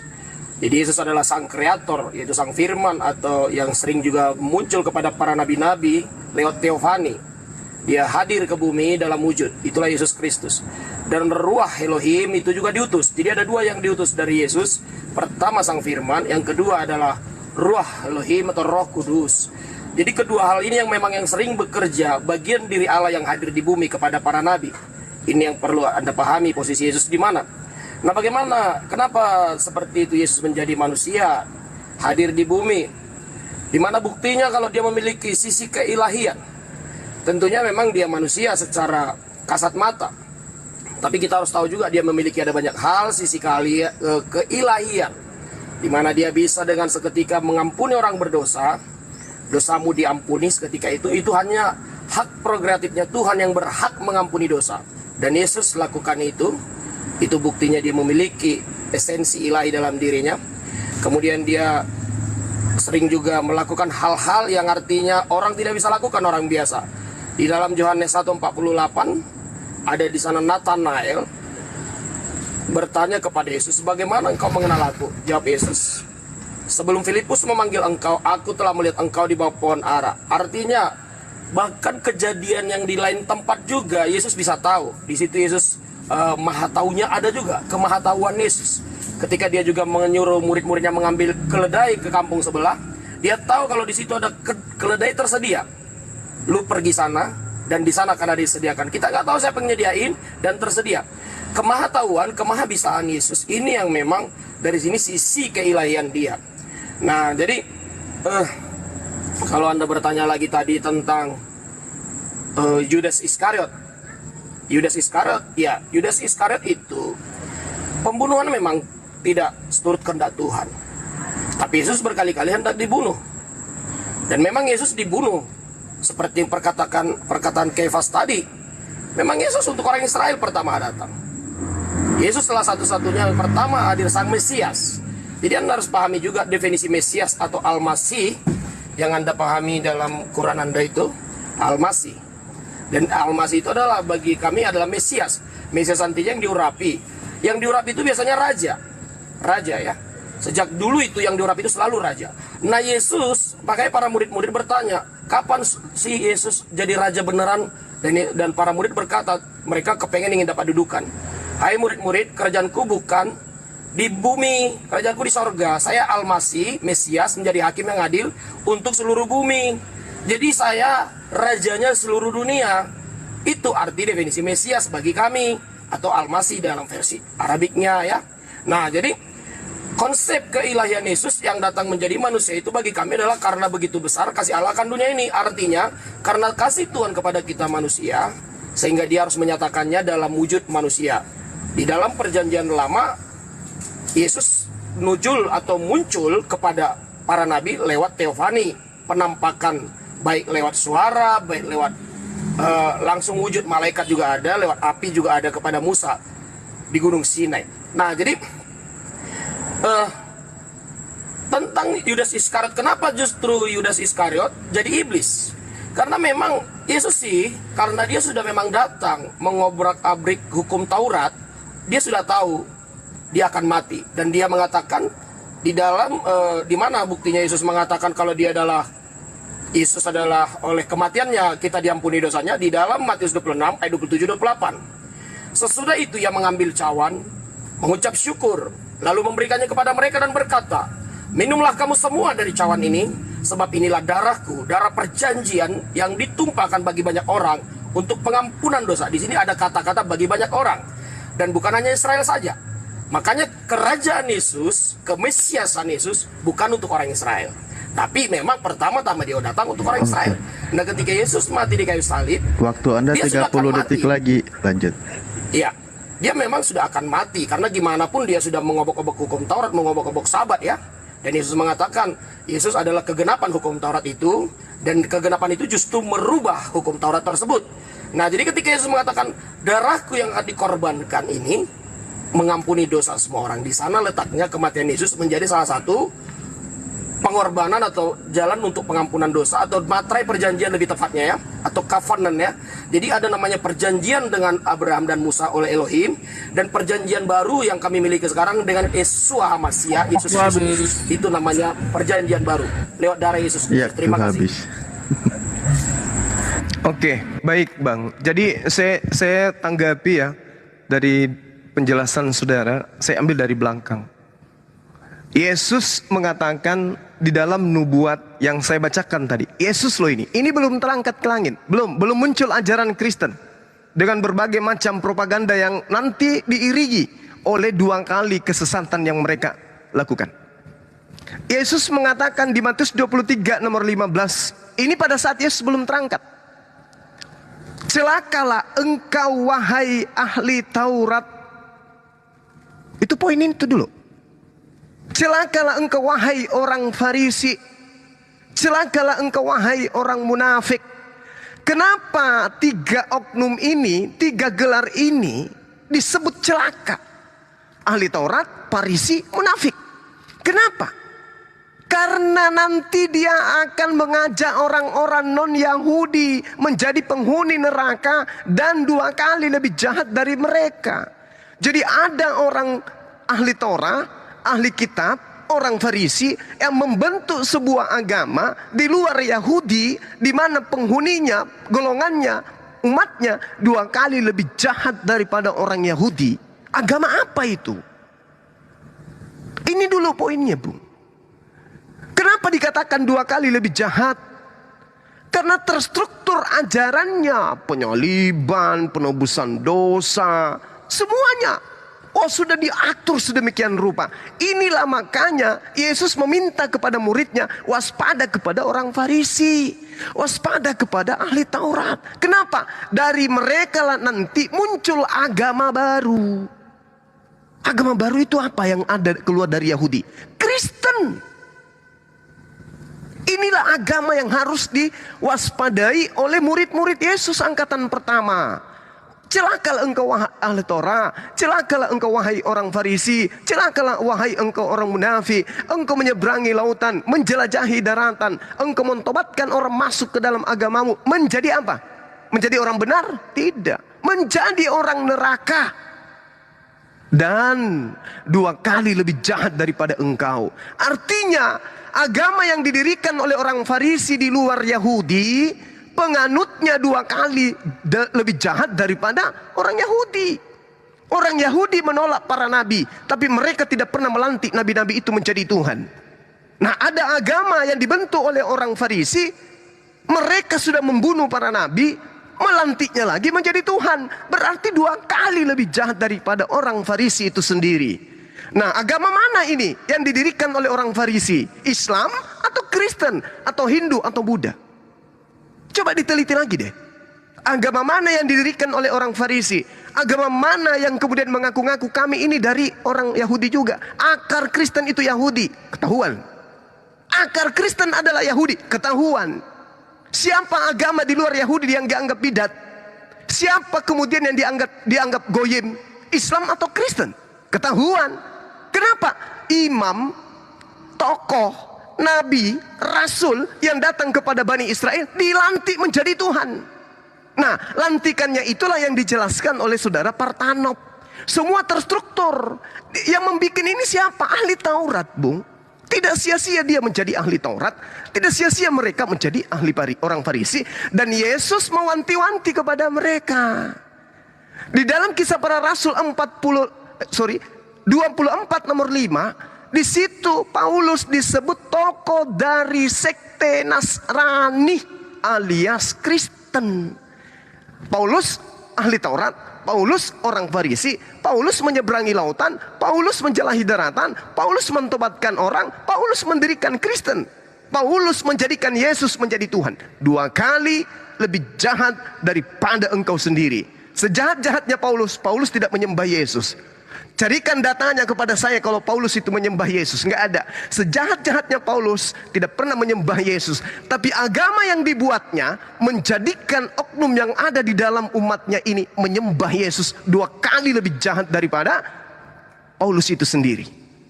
Kecuali saudara-saudara Kristen di sini bisa menunjukkan ke saya ada orang Farisi, ada ahli Taurat yang meninggalkan Yerusalem sampai kepada Roma, sampai kepada Kiliki, Filipi dan seterusnya, yang mendirikan sebuah agama yang bukan Kristen. Tunjukkan. Dan bukan Paulus. Tunjukkan. Tidak ada kan? Satu-satunya ahli Taurat, satu-satunya orang Farisi yang menyeberangi lautan, menjelajahi daratan, mendirikan agama di luar Yahudi, hanya Paulus kan? Dan agama yang didirikan itu Kristen kan? Jadi kita nggak bisa mencari akar yang lain. Kristen ini adalah agama yang berakar dari sana. Waspadalah kepada ragi orang Farisi. Nah, sekarang kita lihat, Yesus jadi Tuhan, dibunuh asalnya. Sementara Tuhan mengatakan di dalam kitabnya mereka yang saya bacakan tadi, Amsal 16, 6 perkara yang dibenci, yaitu pembunuhan terhadap orang yang benar. Ternyata pembunuhan terhadap orang yang benar ketika dijual ke Roma, ketika dijual ke Yunani, ketika dijual di luar daripada Yahudi, orang yang tadinya diharamkan dibunuh justru dilantik menjadi Tuhan. Roma 14 nomor 9. Untuk itulah Yesus dibunuh, supaya dia dibangkitkan untuk menjadi Tuhan bagi orang Kristen. Kecuali saudara-saudara Kristen malam ini bisa menunjukkan kepada saya ada lubang sumah, orang Farisi bernama Tukul. Dia meninggalkan kemudian Yerusalem pada saat itu, mendirikan agama bernama agama Hong Hang Hong. Mana? Gak ada.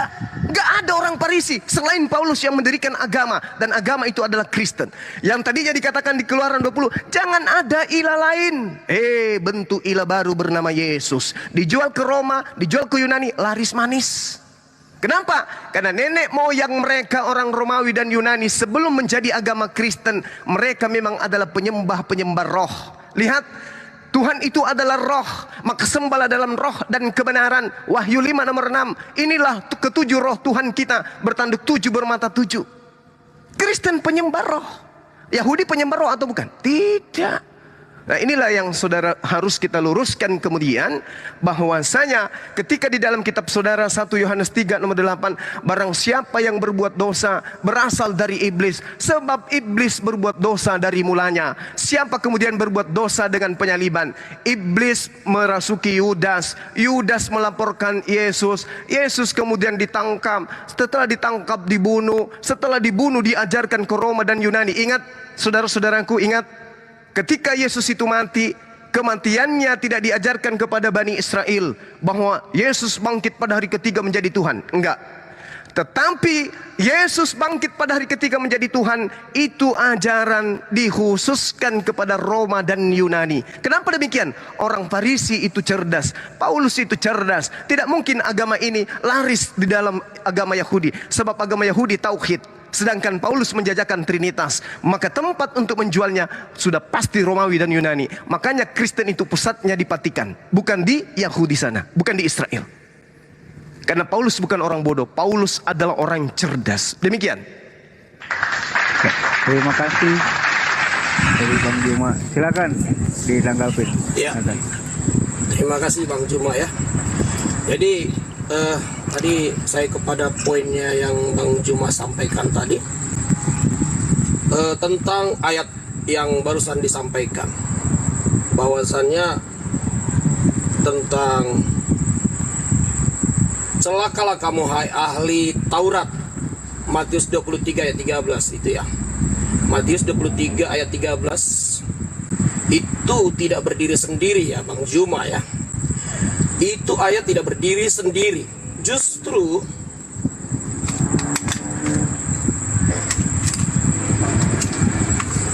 ayat itu lebih memukul telak ahli Taurat. Anda boleh baca dari ayat yang kedua. Ayat pertama, maka katalah Yesus kepada orang banyak, kepada murid-murid berkata, ahli-ahli Taurat dan orang Farisi telah menduduki kursi Musa, sebab itu turut telah lakukan segala sesuatu kepadamu. Dan selanjutnya dikatakan di sini ayat yang ke-6, Mereka suka duduk di tempat terhormat dalam perjamuan di depan rumah ibadat. Mereka suka menerima penghormatan di pasar dan suka dipanggil rabi. Jadi ahli Taurat di sini tidak ayat yang Anda bacakan itu tadi tidak berdiri sendiri pada ayat yang ke-13. Di sini justru Yesus menghardik dan mencela ahli Taurat atau ahli Farisi yang merasa mereka adalah habib atau ulama yang paling dimuliakan. Mereka begitu dengan gagahnya, orang menghormati dia, menciumi tangannya. Tapi yang kau lakukan justru yang sebaliknya. Di ayat 13 Anda bacakan tadi, di ayat 14 sungguh mengerikan sekali. Saya bacakan. Celakalah kamu hai ahli Taurat dan orang Farisi, hai kamu orang munafik. Perhatikan ya. Orang-orang Farisi ini tahu ayat, tahu firman, tapi tidak bisa melakukan. Mereka munafik. Sebab kamu telah menelan rumah janda-janda. Jadi mereka janda-janda pun mereka olah menjadi, ya gitulah ya. Sedang kamu mengelabui mata mereka dengan doa yang panjang-panjang. Ini memang ulama-ulama licik ya, saya katakan ya. Ini luarnya alim, jubahnya panjang, bicaranya lantang, tapi kerjanya nggak beres gitu. Ngerjain anak orang dan lain-lain sebagainya. Dan di sini justru kemarahan Yesus kepada orang ahli Farisi, ahli Taurat. Di sini marahnya Yesus, makanya Yesus mengatakan juga dalam Matius 5 ayat 20, jika hidup keagamanmu seperti orang Farisi, engkau tidak layak. Mereka itu nampaknya saja mereka itu hafal Torah, bacakan doa panjang-panjang dalam bahasa Hebrew Ibrani. Sebenarnya itu nggak penting, yang penting perlakuan. Makanya Yesus lebih mengajarkan kasih. Makanya Yesus mengatakan kasih sama manusia. Dan ajaran Yesus sebagai Mesias atau Raja selalu ujung-ujungnya kasih. Makanya Matius 3:16, karena begitu besar kasih Allah akan dunia ini, sehingga ia mengaruniakan anak yang tunggal supaya setiap orang percaya kepadanya tidak binasa. Artinya Yesus dengan kasihnya memberikan jaminan sorga kepada orang yang percaya kepadanya. Seperti yang saya bacakan di ayat sebelumnya tadi, bahwasanya dia Mesias bagi segala bangsa dan segala manusia. Itu. Nah, jadi jikalau tentang ayat ini, sebenarnya justru ayat ini bukan gak ada hubungannya dengan Paulus. Jadi ini bukan nubuatan, Bang Juma ya. Sekali lagi saya sudah pernah katakan ini bukan nubuat. Ini adalah celaan atau kemarahan Yesus kepada ahli-ahli Taurat, di mana mereka munafik dengan pakaian dan jubahnya. Sampai ke bawah, mungkin kalau Anda baca ayat ini sampai dengan selesai, ini semakin ke belakang dia semakin menghukum orang ahli-ahli Taurat. Dikatakan mereka seperti kuburan pada ayat yang ke-27. Luarnya saja dikatakan ayat 27, celakalah kamu hai ahli-ahli Taurat orang Farisi, orang-orang munafik, sebab kamu sama seperti kuburan yang dilabur putih, yang sebelah luarnya memang bersih tampaknya, tetapi yang sebelah dalamnya penuh tulang belulang dan berbagai jenis kotoran. Justru ini sebenarnya yang Tuhan tidak mau, hidup keagamaan kita seperti mereka ini. Luarnya saja kita lifestyle-nya bagus, tampilannya bagus, suara kita lantang, tapi hidup kita tidak menuruti kasih Allah. Kasih Allah itu adalah yang memperdulikan sesama manusia, mengasihi. Artinya bahkan Yesus mengatakan satu-satunya ajaran yang mengajarkan tampar pipi kiri beri pipi kanan hanya Yesus. Yang mengatakan kasihi musuhmu hanya Yesus. Nah, jadi Yesus sudah pasti harus memang dicela atau bertentangan dengan ahli Taurat, dan dia sudah tahu itu. Makanya dikatakan ini adalah darahku, darah perjanjian. Ini adalah covenant, perjanjian yang kedua setelah perjanjian Musa yang engkau percayai ahli Taurat. Saya sekarang datang ke bumi memberikan perjanjian kepada orang percaya kepadaku lewat darah dan daging saya. Nah, darah perjanjian itulah yang memang harus terjadi. Masalahnya kepada Judas Iskariot, dia mengkhianati itu. Dia tidak menghargakan kerasulan yang dipercayakan Yesus kepada dia. Yesus sedikit kecewa sih. 1 menit lagi Bang Nathan. Yesus tahu ada namanya free will, ada hak bebas ya. Oke. Silakan, terima kasih. Oke. Silakan Bang, Abang dak. Oke, baik. Jadi nanti tolong nanti telaah penjelasan saya setelah ini. Setelah saya menjelaskan mulai dari kalimat kata pertama yang saya sebutkan. Bung, Matius 23. Kalau Anda mengatakan itu tidak berbicara mengenai nubuat, itu juga ada benarnya. Kenapa? Karena itu dipenuhi oleh orang yang sesaman dengan Yesus. Paulus sesaman dengan Yesus kagak? Sesaman. Di mana ditorehkan? Baca data nomor 36-nya dari Matius 23 itu. Aku berkata kepadamu, sesungguhnya semuanya ini akan ditanggung, akan dialami angkatan ini. Jadi jangan mencari kemudian penyesat di luar daripada angkatannya Yesus. Satu. Itu dicatat. Jadi ketika kemudian Yesus mengatakan, jangan kau mengikuti orang Farisi, jangan kau ikuti ahli Taurat, sebab mereka menduduki kursi Musa. Mereka tidak kemudian melakukan apa yang ada dalam hukum Taurat itu. Ahli-ahli Taurat, orang-orang Farisi telah menduduki kursi Musa. Sebab itu turutilah dan lakukanlah segala sesuatu yang mereka ajarkan kepadamu. Tapi jangan kamu turuti perbuatan-perbuatan mereka. Kenapa perbuatan orang Farisi, ahli Taurat jangan diikuti kata Yesus?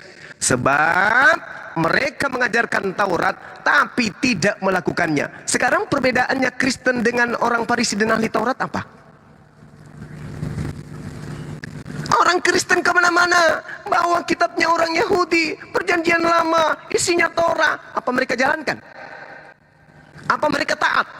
Tidak. Orang Kristen hanya mengambil kitabnya Yahudi, Torahnya Yahudi, ditempelkan di atasnya, tapi tidak dilakukan. Jadi antara ahli Taurat dan orang Farisi, Kristen 2 kali lebih jahat. Ini dalil ini.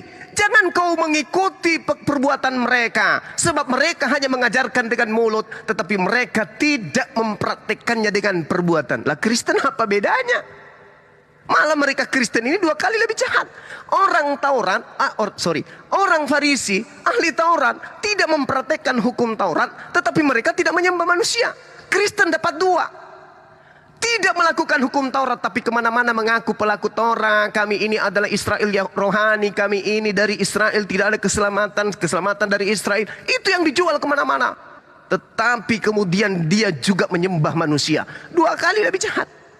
Itu poin pertama, Bung. Jadi penyesat pendiri agama di luar Yahudi yang dikatakan waspadalah kepada mereka itu adalah Paulus, dan agama yang didirikan itu adalah Kristen. Saya kasih singkatnya gini. Dikatakan di dalam kitab 23 nomor 15 ini, celakalah engkau wahai ahli Taurat. Paulus di dalam Filipi 3 nomor 6 sampai nomor 7 dia mengaku sebagai ahli Taurat. Oke? Dia ahli Taurat, bahkan dikatakan dirinya tidak bercacat dalam menjalankan hukum Taurat. Paulus mengatakan ketika dikatakan waspadalah engkau wahai orang Farisi. Ya, celakalah engkau wahai orang Farisi. Paulus di Kisah Rasul 23 nomor 6, Filipi 3 nomor 5, Paulus dengan mulutnya sendiri, aku ini adalah orang Farisi. Dua syarat terpenuhi. Kemudian yang ketiga, celakalah engkau wahai orang munafik. Paulus ini orang munafik. Kenapa dikatakan orang munafik? Coba lihat. Di dalam Filipi 3 nomor 6 dia mengatakan apa? Tentang kebenaran dalam mentaati hukum Taurat, aku tidak bercacat, kata dia kepada jemaat yang ada di Filipi. Kemunafikannya ketahuan di mana? Di Kisah Para Rasul, di 1 Korintus 9 nomor 20. Apa yang dikatakan? Ini lihat kemunafikannya dia. Demikianlah aku Paulus kepada orang Yahudi, aku menjadi seperti orang Yahudi supaya aku memenangkan orang-orang Yahudi. Bagi orang-orang yang hidup di bawah hukum Taurat, aku menjadi orang yang hidup di bawah Taurat. Sekalipun sebenarnya aku sendiri tidak hidup di bawah hukum Taurat. Meskipun sebenarnya saya ini, sekalipun aku ini sendiri sebenarnya tidak hidup di bawah hukum Taurat, supaya aku dapat memenangkan mereka yang hidup di bawah hukum Taurat. Padahal tadi dia mengaku dalam kebenaran, dalam mentaati hukum Taurat, aku tidak bercacat. Ternyata palsu, bullshit, munafik. 3 syarat terpenuhi. Kemudian engkau menyeberangi lautan. Di Kisah Para Rasul 27 nomor 1, nomor 2, nomor 20 dan seterusnya, Paulus diceritakan menyeberangi lautan untuk mengajarkan Yesus itu adalah Tuhan. Engkau menjelajahi daratan. Kisah Para Rasul 19 nomor 1, Anda baca 1 perikop, ternyata Paulus ini menjelajahi semua daratan. Engkau mentobatkan orang. Damaris Dionysius, semua ditobatkan di Kisah Para Rasul 17. Banyak orang yang ditobatkan kemudian oleh Paulus. Jadi semua yang dinubuatkan Yesus, yang diceritakan oleh Paulus, diantaranya digenapi angkatan ini, dipenuhi angkatan ini, juga terpenuhi oleh Paulus. Gak ada lagi. Lalu kemudian dia menyeberangi lautan, menjelajahi daratan. Agama apa yang didirikan? Kristen Katolik. Kalau bukan, lalu siapa lagi yang dimaksud oleh Yesus di sini? Mari kita lihat. Ada satu cerita yang harus Anda simpan baik-baik di dalam benak saudara. Kalau perlu, jangan pernah Anda lupakan. Kita lihat bagaimana kemudian kemunafikan dari Paulus ini. Tolong kasih saya waktu, paling lama 3 menit. Teman-teman Laskar Api di bawah tolong dicatat. Di dalam Kisah Para Rasul 21, nomor 15, satu perikop kita baca, sampai data nomor 26. Dengarkan saya. Sesudah beberapa hari lamanya tinggal di Kaisarea, berkemaslah kami, lalu berangkat ke Yerusalem. Ini kembali setelah mereka, Paulus dan in the gang, menjelajahi daratan, dia kembali ke Yerusalem. Bersama-sama dengan kami turut juga beberapa murid dari Kaisarea. Mereka membawa kami ke rumah. Bang Juma kena repot. Waduh, nggak beres. Perasaan ini. Bang Roma. Bang Juma nggak Waduh, banyak kepanasan. Kepanasan. Tidak menghujat, cuman banyak yang terguncang. Nggak usah direpet ya teman-teman Kristen ya. Iya, Jadi kita lagi saran saya gini. Kasih tahu Bang Nathan, kasih tahu. Iya. Jadi gini, saya terus terang saya tidak mau menyenggol Quran. Saya memang penjawab Alkitab ya. Kalau Anda mau bertanya tentang Quran itu di roomnya CP Indonesia atau sama Duran ya. Saya sih jarang nyenggol Quran ya. Saya lebih kepada penjelasan Alkitab. Nanya Quran ya ke saya paling tidak lah, masa ke CP. Iya, ke ini Ustaz Alif. Jangan ke. Iya maksudnya kan Kak. Iya maksudnya kan gini, kecuali kalau ada tadi artinya saya nyinggung Quran seolah-olah kan saya salah gitu loh. Jadi saya tidak mau nyinggung Quran apalagi hadis ya. Itu yang ngerti itu teman saya CP sama Dia nggak ngerti, dia nggak ngerti hadis. Dia nggak ngerti, membacanya aja nggak bisa. Nggak bisa. Ya. Oke, lanjut aja Bang Juma. Saya lanjut ya. Lanjut. Oke, saya lanjut ya. Nanti kita masuk ke Al-Quran habis ini. Kisah Para Rasul yang saya sebutkan tadi. Kita sampai ke data nomor 16 ya. Bersama-sama dengan kami turut juga beberapa murid dari Kaisarea. Mereka membawa kami ke rumah seorang yang bernama Manason. Ia dari Siprus dan sudah lama menjadi murid. Kami akan menumpang di rumahnya. Ketika kami tiba di Yerusalem, ini Paulus yang bercerita. Semua saudara menyambut kami dengan suka hati. Pada keesokan harinya setelah kami di Yerusalem, pergilah kemudian Paulus. Ya, ini cerita pengantar lagi nih. Pergilah kemudian Paulus bersama-sama mengunjungi Yakobus. Semua penatua telah hadir di situ. Paulus memberi salam kepada mereka, lalu menceritakan dengan terperinci apa yang dilakukan Theos di antara bangsa-bangsa lain oleh pelayanan Paulus.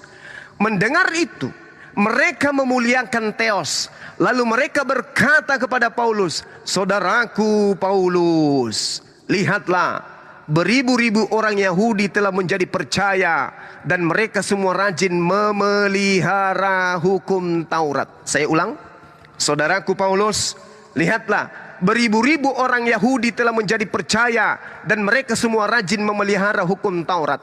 Tetapi mereka mendengarkan tentang engkau, wahai Paulus, bahwa engkau mengajar semua orang Yahudi yang tinggal di antara bangsa-bangsa lain untuk meninggalkan, untuk membatalkan, untuk melepaskan hukum Taurat Musa. Sebab engkau mengatakan supaya mereka jangan menyunatkan anak-anaknya dan jangan hidup menurut adat istiadat kita, yaitu hukum Taurat. Jadi bagaimana sekarang? Tentu mereka akan mendengar bahwa engkau telah datang kembali ke Yerusalem. Sebab itu, lakukanlah apa yang kami katakan ini. Di antara kami ada 4 orang yang bernazar. Bawalah mereka bersama-sama dengan engkau. Lakukanlah pentahiran dirimu. Coba lihat. Paulus diperintahkan kemudian untuk mentahirkan dirinya, mensucikan mensucikan dirinya dari perbuatan-perbuatan yang dilakukan di luar Yerusalem yang mengajak manusia kemudian untuk meninggalkan hukum Taurat sehingga anak-anak mereka itu tidak bersunat. Apa yang terjadi? Apa yang terjadi? Maka semua orang akan tahu, wahai Paulus, bahwa segala kabar yang mereka dengarkan tentang engkau sama sekali bohong, sama sekali dusta. Sebenarnya kamu tidak mengajarkan hal yang bertentangan kepada hukum Taurat, supaya mereka percaya bahwa itu semua adalah kebohongan, itu fitnah, kamu tidak berdosa. Melainkan bahwa engkau tetap memelihara hukum Taurat. Coba, ini Paulus diajari oleh imam-imam pada saat itu untuk melakukan kebohongan supaya Paulus dianggap sebagai orang yang benar yang tidak membatalkan hukum Taurat. Data selanjutnya mengatakan begini. Tetapi mengenai bangsa-bangsa lain yang telah menjadi percaya, sudah kami tuliskan keputusan-keputusan kami, yaitu mereka harus menjauhkan diri dari makanan yang dipersembahkan kepada berhala, dari darah, dari daging binatang yang mati dicekik, dari pencabulan dan seterusnya. Pada hari berikutnya Paulus membawa orang-orang itu beserta dengan dirinya, dan Paulus mentahirkan diri bersama-sama dengan mereka, lalu masuk ke bait suci Theos untuk memberitahukan bila mana pentahiran akan selesai dan persembahan akan dipersembahkan untuk mereka masing-masing. Paulus setelah keluar meninggalkan Yerusalem, menipu orang banyak dengan mengatakan tinggalkan hukum Taurat, jangan kau lakukan lagi hukum Taurat. Begitu masuk kembali ke Yerusalem, dia menjadi pengikut Taurat kembali dengan cara ditahirkan. Apa pentahiran itu? Kalau orang Kristen sebut apa pentahiran itu? Baptis, penyucian diri. Di dalam Kisah Para Rasul 21 nomor 24 dikatakan pentahiran dalam bahasa Yunani adalah haknizo, sama dengan baptizo, mensucikan, mentahirkan. Paulus kemudian disucikan kembali. Berarti dia keluar ke Yerusalem, meninggalkan Yerusalem, mengkristenkan orang. Begitu dia kembali ke Yerusalem, menjadi lagi orang Yahudi. Kalian kena prank, saudara-saudaraku. Begitu dia kembali keluar dari Yerusalem, menjadi Kristen lagi dia. Pergi ke Antioquia, menjadi Kristen lagi dia. Masuk ke Yerusalem, menjadi Yahudi lagi dia. Makanya dia dipancung, karena dia munafik. Jadi agama yang didirikan kemudian oleh Paulus itu adalah Kristen Katolik.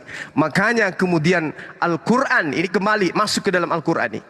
Dikatakan oleh Allah Subhanahu wa Ta'ala di dalam kitabnya umat Islam, bahwa ulaika hum wa kanal kafiru ala rabbihi zahira. Sesungguhnya orang-orang kafir itu adalah penolong setan untuk durhaka kepada Tuhan pencipta langit dan bumi.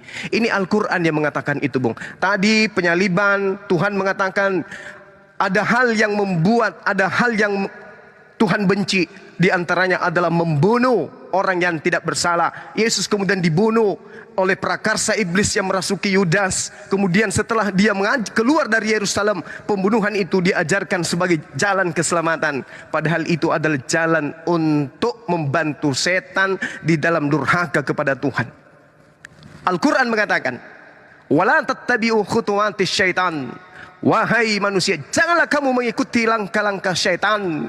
Innahu lakum aduwwum mubin. Sungguh setan itu musuh nyata bagimu. Tetapi ternyata langkah setan merasuki Yudas dan seterusnya. Imam Yahudi, mahkamah agama, kerasukan setan untuk melaporkan Yesus dengan kesaksian palsu sehingga dibunuh. Ternyata orang Kristen di luar Yahudi menganggapnya itu sebagai jalan keselamatan. Saya kira demikian. Teman-teman Kristen, silakan Anda bantah data-data saya. Kalau Anda masih keberatan, boleh kita lanjut. Tapi kalau data saya hanya penyangkalan tanpa data, kemudian saya katakan itu hanya asumsi. Demikian, terima kasih. Mantap. Lanjut, Bang Nathan, Bang Watan. Ya, sebelum ke Bang Nathan sebentar ya. Tadi kan Bang Juma bilang Paulus itu telah kembali dari Kristen menjadi Yahudi. Ya, Paulus kan tetap orang Yahudi. Nah, itu aja yang mau saya pertegas. Terima kasih. Oke. Jadi Bang Juma, sebelum saya menjawab, Anda tahu yang menulis Kisah Para Rasul siapa? Lukas, asisten Paulus. Jangan bilang asisten. Lah iya Jangan emang. langsung ke situ yang jelas. Iya, memang. Yang menulisnya, ya tadi kan Anda mengatakannya Iya, kan silakan. Paulus berkata. Jadi ini bukan Paulus ya, ini perkataan yang ditulis oleh Lukas ya. Nah, jadi ini adalah sejarah yang Anda bacakan tadi begitu panjang, di mana pertama kali Paulus diperhadapkan dalam sidang. Jadi dia memang pertama-tama, dia kan seorang rabi Yahudi. Jadi dia tidak mudah menyesuaikan dirinya menjadi murid Yesus. Dia butuh bimbingan dari para murid-murid, termasuk murid-murid Yesus ya. Jadi di sini dia, kalau Anda jangan berhenti di Kisah Para Rasul 21 bro, Anda ke Kisah Para Rasul 22-nya. Di Kisah Para Rasul 22-nya dia ceritalah kesaksiannya kepada semua para murid-murid. Inilah sejarahnya saya ini. Saya ini beda dengan kalian. Kalian pernah jumpa Yesus langsung, saya tidak. Saya langsung memberitakan Injil, saya langsung ngajak orang meninggalkan keisraelannya, keyahudiannya. Saya mengajarkan itu, tapi saya tidak mengerti apa yang harus dia lakukan. Jadi dia sedang di dalam kasus yang situasional di sini, yang Anda ceritakan itu, bro. Nah, jadi makanya silakan sih Anda baca Alkitab dengan luar biasa sekarang ya. Saya teman-teman Muslim saya bilang, Anda boleh cek manuskrip Kristiani yang kontradiksi dari versi Google, bahwasanya kitab imamat berbeda dengan ini, berbeda dengan ini. Anda puas, Anda bedah semua, Anda pelajari Alkitab itu dari Google. Silahkan Anda buka semua, mana yang kontradiksi ayat ini, ada semua di Google. Semua terbuka informasi kekristenan Bung Juma, termasuk Bible itu sendiri. Mau Anda belajar bahasa aslinya boleh. Dan kami sebagai orang Kristiani tidak diperharuskan harus belajar bahasa Ibrani. Karena Tuhan kami bukan orang Ibrani, Tuhan kami. Elohim itu bukan orang Ibrani, dia maha tahu semua bahasa. Jadi untuk masuk kepada kekristenan, Anda tidak perlu harus belajar agama Ibrani, bahasa Ibrani.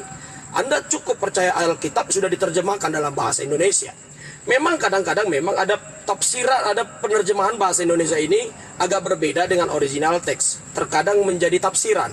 Terjemahan letter-let menjadi tafsiran. Contohnya Yesus naik ke sorga, itu ke langit originalnya. Tapi tafsirannya langit itu kan di sorga, di atas. Itu yang manusia pahami. Jadi terkadang memang terjemahan menjadi tafsiran agar mudah dimengerti pembaca. Nah, jadi yang mengerti Bible itu tanya kepada ahli kitab, yaitu kita. Jadi kalau teman-teman juga tafsir bebas Alkitab sih silakan, itu pemahaman Anda ya. Makanya saya selalu bilang, ini Bang Juma ini bukan lawan yang biasa. Jadi teman-teman Kristiani untuk menghadapi Bang Juma itu harus memang aja, bro. Nggak sembarangan. Ke poinnya Ya, gimana? tapi kalau yang kadang-kadang teman-teman Kristiani yang naik itu ya yang sekedar aja gitu. Jadi kadang-kadang ya dihajar sama Bang Juma habis-habisan. Nah, jadi poinnya yang tadi saya hanya sedikit apa tadi pertanyaan-pertanyaan itu. Ya, Ya, maksudnya Bang iya. Pertan nggak mau terima. Ya, kadang-kadang kan nggak boleh ngomong kayak gitu. kasihan saya teman-teman Kristiani kadang habis dicecar semua habis-habisan ya. Oke. Jadi Bang Juma tadi saya Contohnya saya mau ini. tertarik dengan akan ditanggung angkatan ini. Terlalu banyak sih Bang Juma tadi ya. Matius 23 13 ayat 36 itu dikatakan sesungguhnya semuanya ini akan ditanggung angkatan ini. Angkatan ini di zaman ahli Taurat berkuasa, mereka menduduki kursi Musa, artinya mereka punya covenant perjanjian dengan Musa. Jadi mereka mengandalkan perjanjian Musa itu untuk berkuasa sebagai ulama Israel, ulama Yahudi. Jadi mereka pandai baca ayat, pandai menyampaikan dalam bahasa Ibrani, hafal lagi mereka ya. Nah, jadi kemampuan mereka ini disalahgunakan oleh para rabi, disalahgunakan oleh para ahli Farisi. Nah, jadi oleh sebab itu, makanya ayat ini dikatakan akan kelicikan mereka, kemunafikan mereka ditanggung angkatan itu gitu. Jadi kalau sebenarnya sangat keliru sekali jika Anda menghubungkan ini dengan Paulus. Kalaupun Anda ambil ayat-ayatnya tadi, Paulus mendirikan agama. Bro, Israel itu adalah orang yang pertama mendeklarasikan kekristenan. Dan kami adalah mengikut mereka. Yahudi semua itu pembawa ajaran Kristen ke seluruh dunia. Tapi memang bukan Yahudinya, orang Israelnya, termasuk Paulus ini. Nah, jadi sangat keliru sekali jika Anda mengatakan tadi menjual ke Roma. Saya tangkap itu tadi. Tidak segampang itu, bro. Ini agama, nggak bisa menjual-jual, bro. Terlalu tafsir liar itu. Dijual ke Roma gitu. Anda mau pakai agama ini gitu. Terlalu sederhana Anda. Padahal kekristenan itu kalau Anda pelajari loh, dibantai pun ada. Dihukum kita dari pihak ahli-ahli Taurat. Orang Roma juga pertama-tama nggak gampang terima loh. Itu kejadiannya ketika Kaisar Konstantin itu terima Tuhan Yesus itu karena mengalami mukjizat. Jadi kita pemberitaan tentang Yesus itu tidak ada jual-jual seperti yang Anda tafsirkan, dijual sama Paulus ke Roma. Lu mau nggak ini ada agama baru, bro? Nggak gitu, bro. Nggak gitu. Jadi saat itu sudah sangat keliru. Jadi dari sekian banyak itu mungkin saya hanya bertanya, jikalau diizinkan Bang Juma, satu pertanyaan tentang Quran. Karena Anda menyinggung kematian Yesus Kristus. Jikalau Anda bisa memberikan, teman-teman mungkin memang Bang Juma tidak sekritis yang lain. Terkadang mereka, di mana ini, kenapa begini, siapa saksinya, siapa ininya. Saya mau bertanya kepada Bang Juma, di mana buktinya, siapa yang kita pertanyakan bahwasannya Isa Al-Masih batal disalib? Siapa yang menjadi pegangan kita, dari ayat mana dan siapa yang menjadi, artinya gini, jikalau hanya narasi yang kita dengar bahwasanya Isa Al-Masih batal salib, contoh seperti ini Bang Juma, ya saya buat ilustrasi. Contoh ada kejadian Gunung Merapi Krakatau meledak tahun 600 tahun yang lalu. Kemudian sekarang ada klaim itu tidak meledak katanya. Nah, kenapa tidak meledak? Ini ada buktinya. Tolong Anda buktikan. Pertama, yang harus Anda buktikan adalah kenapa Isa Al-Masih tidak jadi disalib? Siapa yang membuktikan ini? Dan siapa yang menggantikan dia di tiang salib? Artinya begini, bro, kita kan jangan beriman buta, dapat informasi langsung main percaya saja, kan begitu. Ada informasi ini itu bahwasanya Gunung Merapi itu tidak jadi meledak. Oh iya, saya percaya tanpa bukti. Bang Nathan, sedikit. Tadi kan Bang Juma mengaku Yesus disalib. Itu nanti berubah itu Bang Juma. Dia itu hanya membuat satu gambaran aja, itu ilustrasi. Itu dia Bang Juma ini hati-hati menghadapi dia. Dia itu kadang-kadang dia mengakui untuk dalam itu saya udah ngerti cara dia pakai narasi Bible dia, Bang, narasi ya, mengikuti narasi Bible bukan mengimani, gimana sih? Iya, ya, lanjut pertanyaannya, jangan ke framing. Iya, oke, silakan Bang Juma. Oke, baik. Yang pertama ya, sebelum saya masuk ke pertanyaan saudara, Anda mengatakan bahwa jangan cuma berhenti di Kisah Para Rasul 21. Bung, kalau Anda lanjutkan 22, 23, 24 dan seterusnya, justru kita akan menemukan kemunafikan demi kemunafikan. Ingat tadi Kisah Para Rasul 21? Dia bertobat kan? Setelah kemudian ketahuan bahwa kemudian dia mengajarkan orang di luar Yahudi, di luar Yerusalem, orang-orang Yahudi di luar Yerusalem diajari oleh dia untuk membatalkan hukum Taurat. Anak-anak mereka diajari oleh Paulus untuk jangan bersunat. Galatia 5 nomor 2 memang diperintahkan mereka, kalau kamu bersunat, anak-anakmu bersunat, maka Yesus Kristus tidak berguna bagimu. Mereka nggak mau, maka mereka kemudian tidak bersunat. Nah, ketika kembali ke Yerusalem, supaya tidak dianggap sebagai bidat, penyesat, Paulus rela kemudian untuk bertobat, ditahirkan. Coba bayangkan itu. Nah, Anda ingin lanjut ke 22, bahaya itu. Akan semakin nampak nanti kemunafikan beliau. Lalu hal yang perlu Anda tanamkan di sini, ketika Yakub memanggil ke-12 anaknya, dipanggil semuanya satu-satu. Dipanggil kemudian Ruben, dipanggil Simeon dan Lewi, dipanggil Yehuda, dipanggil kemudian Matanya, dipanggil kemudian Dan, dipanggil semuanya, termasuk Benyamin. Diramalkan satu-satu anaknya, dinubuatkan satu-satu anaknya. Tiba pada kejadian 49, Anda catat di sana apa yang dikatakan oleh Yakub kepada anaknya yang bernama Benyamin. Wahai anakku Benyamin, engkau kelak, keturunanmu kelak seperti serigala yang menerkam. Pada waktu pagi ia memakan mangsanya, membunuh mangsanya maksudnya. Dan pada waktu petang ia membagi-bagikan rampasannya. Coba. Keturunan Benyamin berlaku seperti serigala. Awalnya membunuh, setelah itu dia mengaku bertaubat, setelah itu dia membagi-bagikan rampasannya keluar Yahudi. Siapa yang mengaku keturunan Benyamin? Baca Filipi 3. Apa yang diakui oleh Paulus di sana? Di dalam Filipi 3 nomor 5, aku disunat pada hari ke-8 dari bangsa Israel, aku dari suku Benyamin, orang Ibrani asli. Tentang pendirianku terhadap hukum Taurat, aku orang Farisi. Kata Yesus, celakalah engkau wahai orang Farisi. Keturunan Benyamin berlaku seperti serigala. Paulus mengaku dari Benyamin. Dia merampas, dia membunuh murid-murid Yesus. Setelah itu dia keluar, menjelajahi daratan, menyeberangi lautan, mentobatkan orang Roma dan Yunani. Kemudian dia mengajari apa? Yesus Tuhan. Dia rampas Torah itu. Nah sekarang, satu-satunya agama di atas muka bumi ini yang bukan agama Yahudi, yang memiliki hasil rampasan dari Yahudi, hanya Kristen. Apa itu?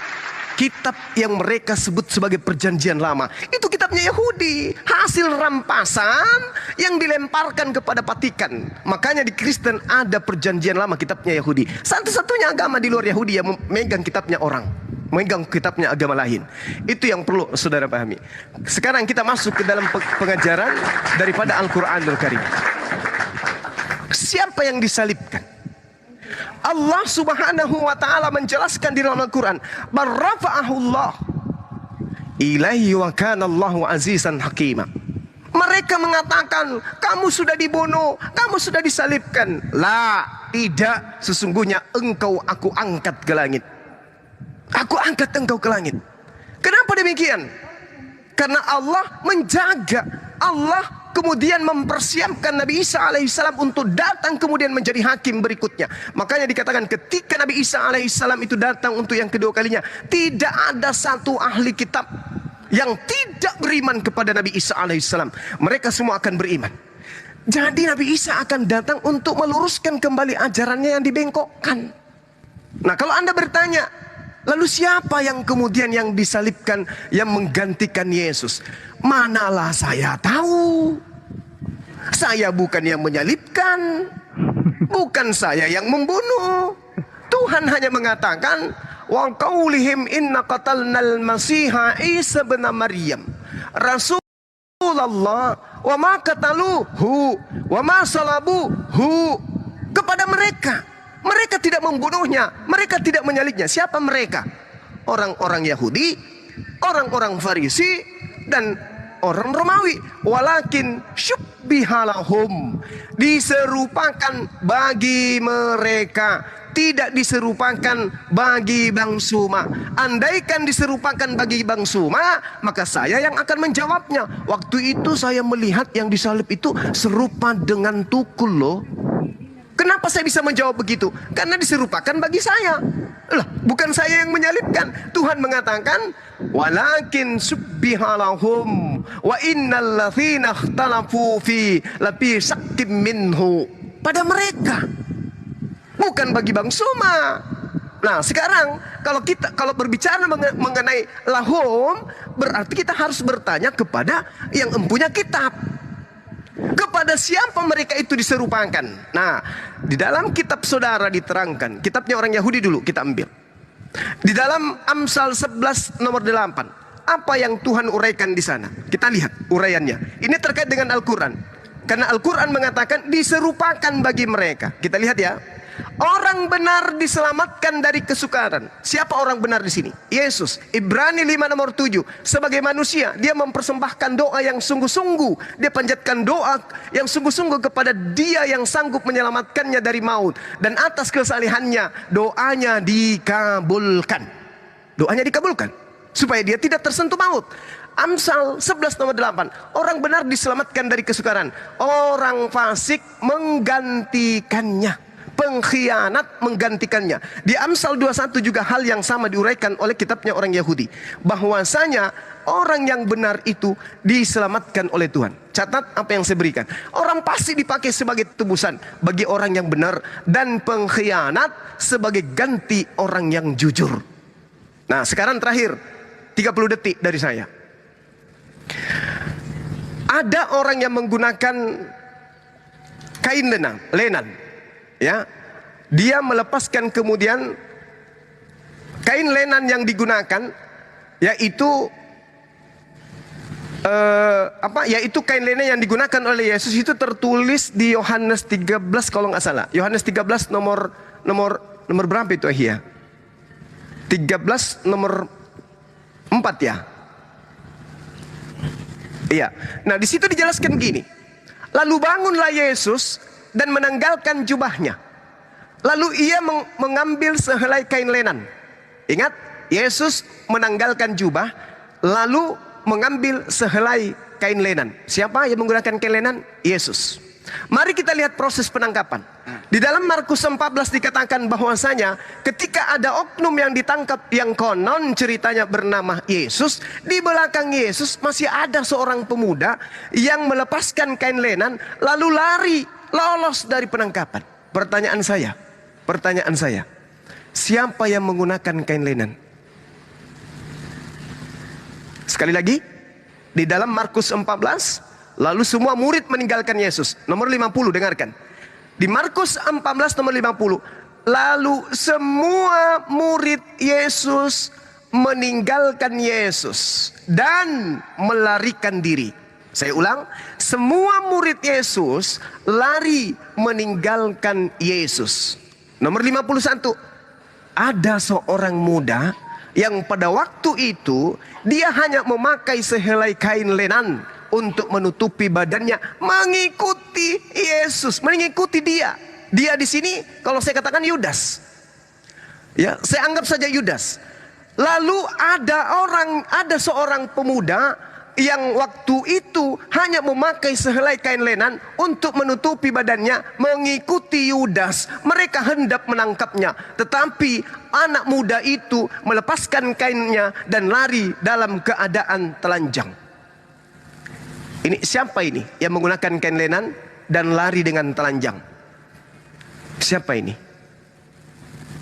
Lalu menurut Amsal 21 nomor 18, Amsal 11 nomor 8, Yudas harus menggantikan karena pengkhianat dipakai Tuhan untuk menggantikan orang yang benar. Kita lihat di dalam kitab saudara sendiri. Amsal 21, orang pasti dipakai sebagai tebusan bagi orang yang benar. Pengkhianat sebagai ganti orang yang jujur. Berarti yang ditangkap tadi ini siapa? Yudas. Yang lari meloloskan diri menggunakan kain lenan siapa? Yesus. Sebab yang menggunakan kain lenan adalah Yesus. Yang lari melepaskan kain lenan adalah Yesus. Yang ditangkap kemudian adalah Yudas. Kenapa? Karena semua murid Yesus telah lari lebih dulu. Tidak ada yang tinggal. Tapi kok ada tiba-tiba anak muda di belakang menggunakan kain lenan? Siapa dia? Menurut penelitian saya, ini adalah Yesus. Yang ditangkap adalah Yudas Iskariot. Jadi Al-Quran tidak salah dengan mengatakan dia diselamatkan, diangkat ke langit. Demikian. Terima kasih pemaparan yang sangat baik dari Gurunda. Silakan Nathan. Sama-sama. Ya. Oke. Ya Bang Juma, ya saya kembali kepada ayat yang pertama yang Anda naikkan kembali.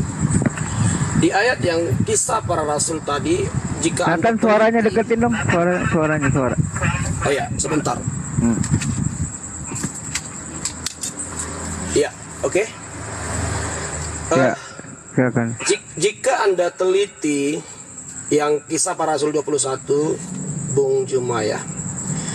Di situ dikatakan, saya ulangi, saya baca pelan-pelan. Paulus memberi salam kepada mereka, lalu menceritakan dengan terperinci apa yang dilakukan Allah di antara bangsa-bangsa lain oleh pelayanannya. Kemudian di ayat yang paling 22 berkata, jadi bagaimana sekarang Paulus? Tentu mereka mendengar bahwa engkau telah di sini. Kemari ke tempat kami, ke kubu kami bro. Kau ini berbahaya gitu. Jadi yang Anda baca itu Bang Juma, itu adalah satu histori yang diceritakan, rentetan cerita yang diceritakan. Jadi kalau Anda menafsirnya seperti pemahaman Anda tadi, ya jelas benar-benar keliru dari situ ya. Itu tentang itu. Ke ayat 22-nya dia cerita semua. Jadi ini ceritanya dia sedang mengisahkan riwayat dia. Dia sebagai murid baru gitu. Tapi dia sudah melakukan pemberitaan Injil, sudah membawa orang Yahudi untuk percaya kepada Yesus. Bahkan bahwasannya di dalam Yesus kita tidak perlu sunat lagi, kita tidak perlu melakukan adat istiadat sunat, karena adat istiadat sunat itu kalau kita pelajari, kita gali lagi, itu adalah kebiasaan Yahudi secara keadatan atau kecawen lah kalau orang kita Jawa ya. Kecawenan mereka dari Abraham itu dulu. Sebelum ada Taurat juga mereka sudah membiasakan diri untuk hal itu.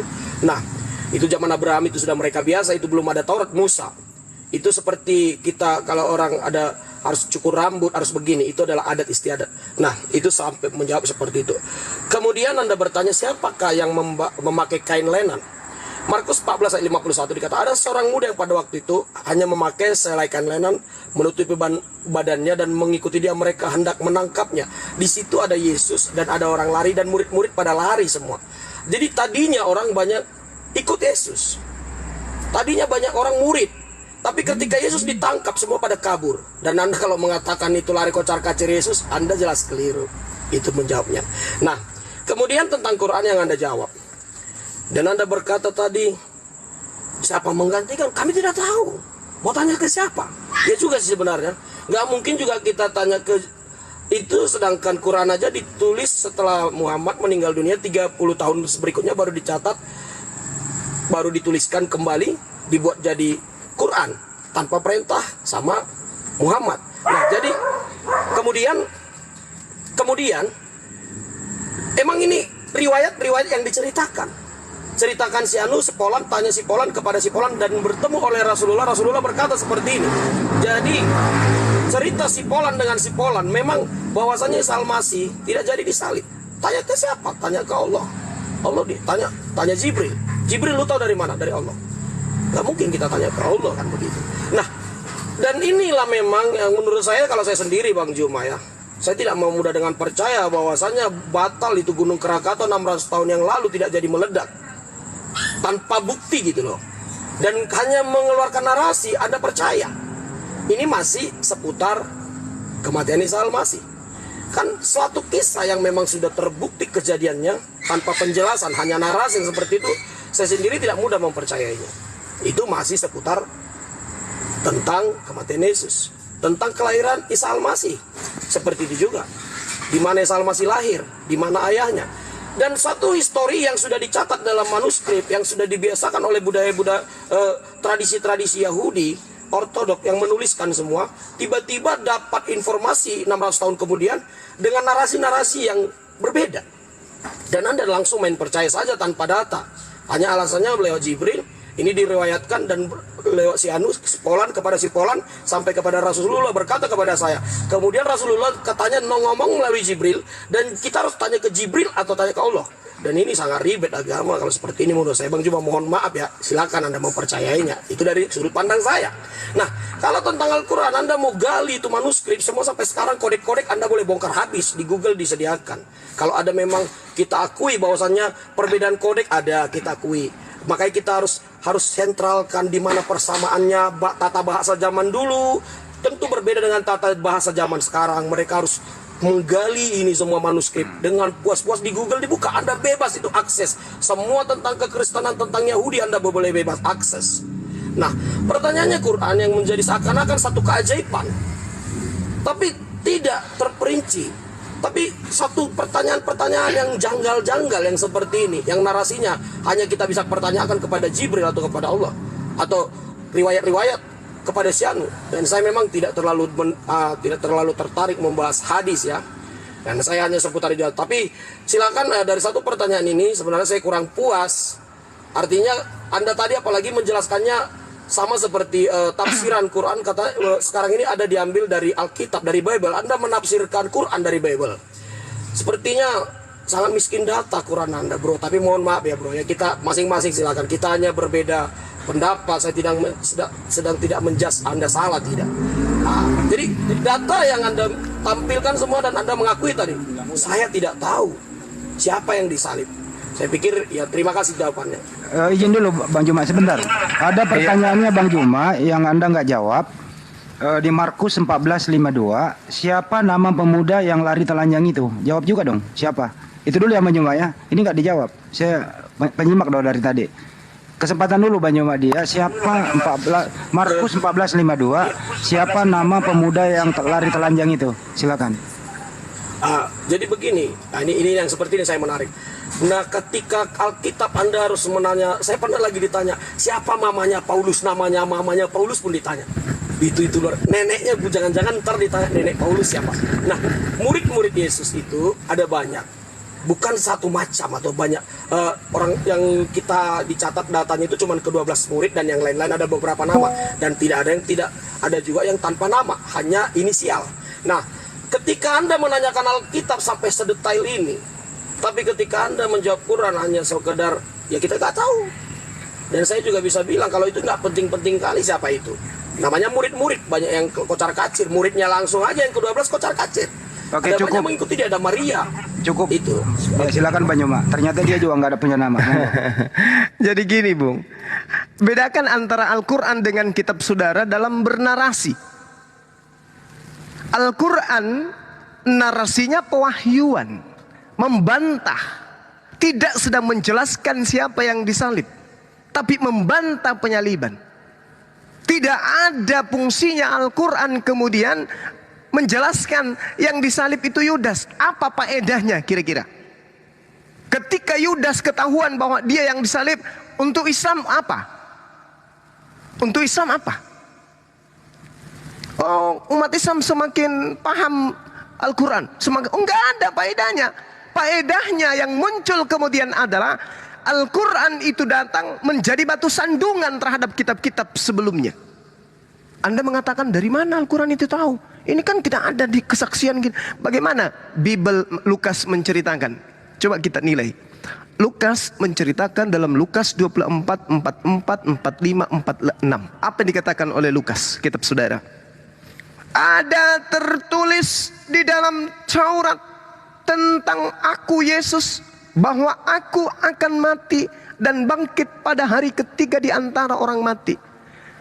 Saudara, sampai bulu alis Anda itu pindah di dagu, tidak akan pernah bisa Anda temukan di dalam Taurat ada Mesias mati dan bangkit pada hari ketiga.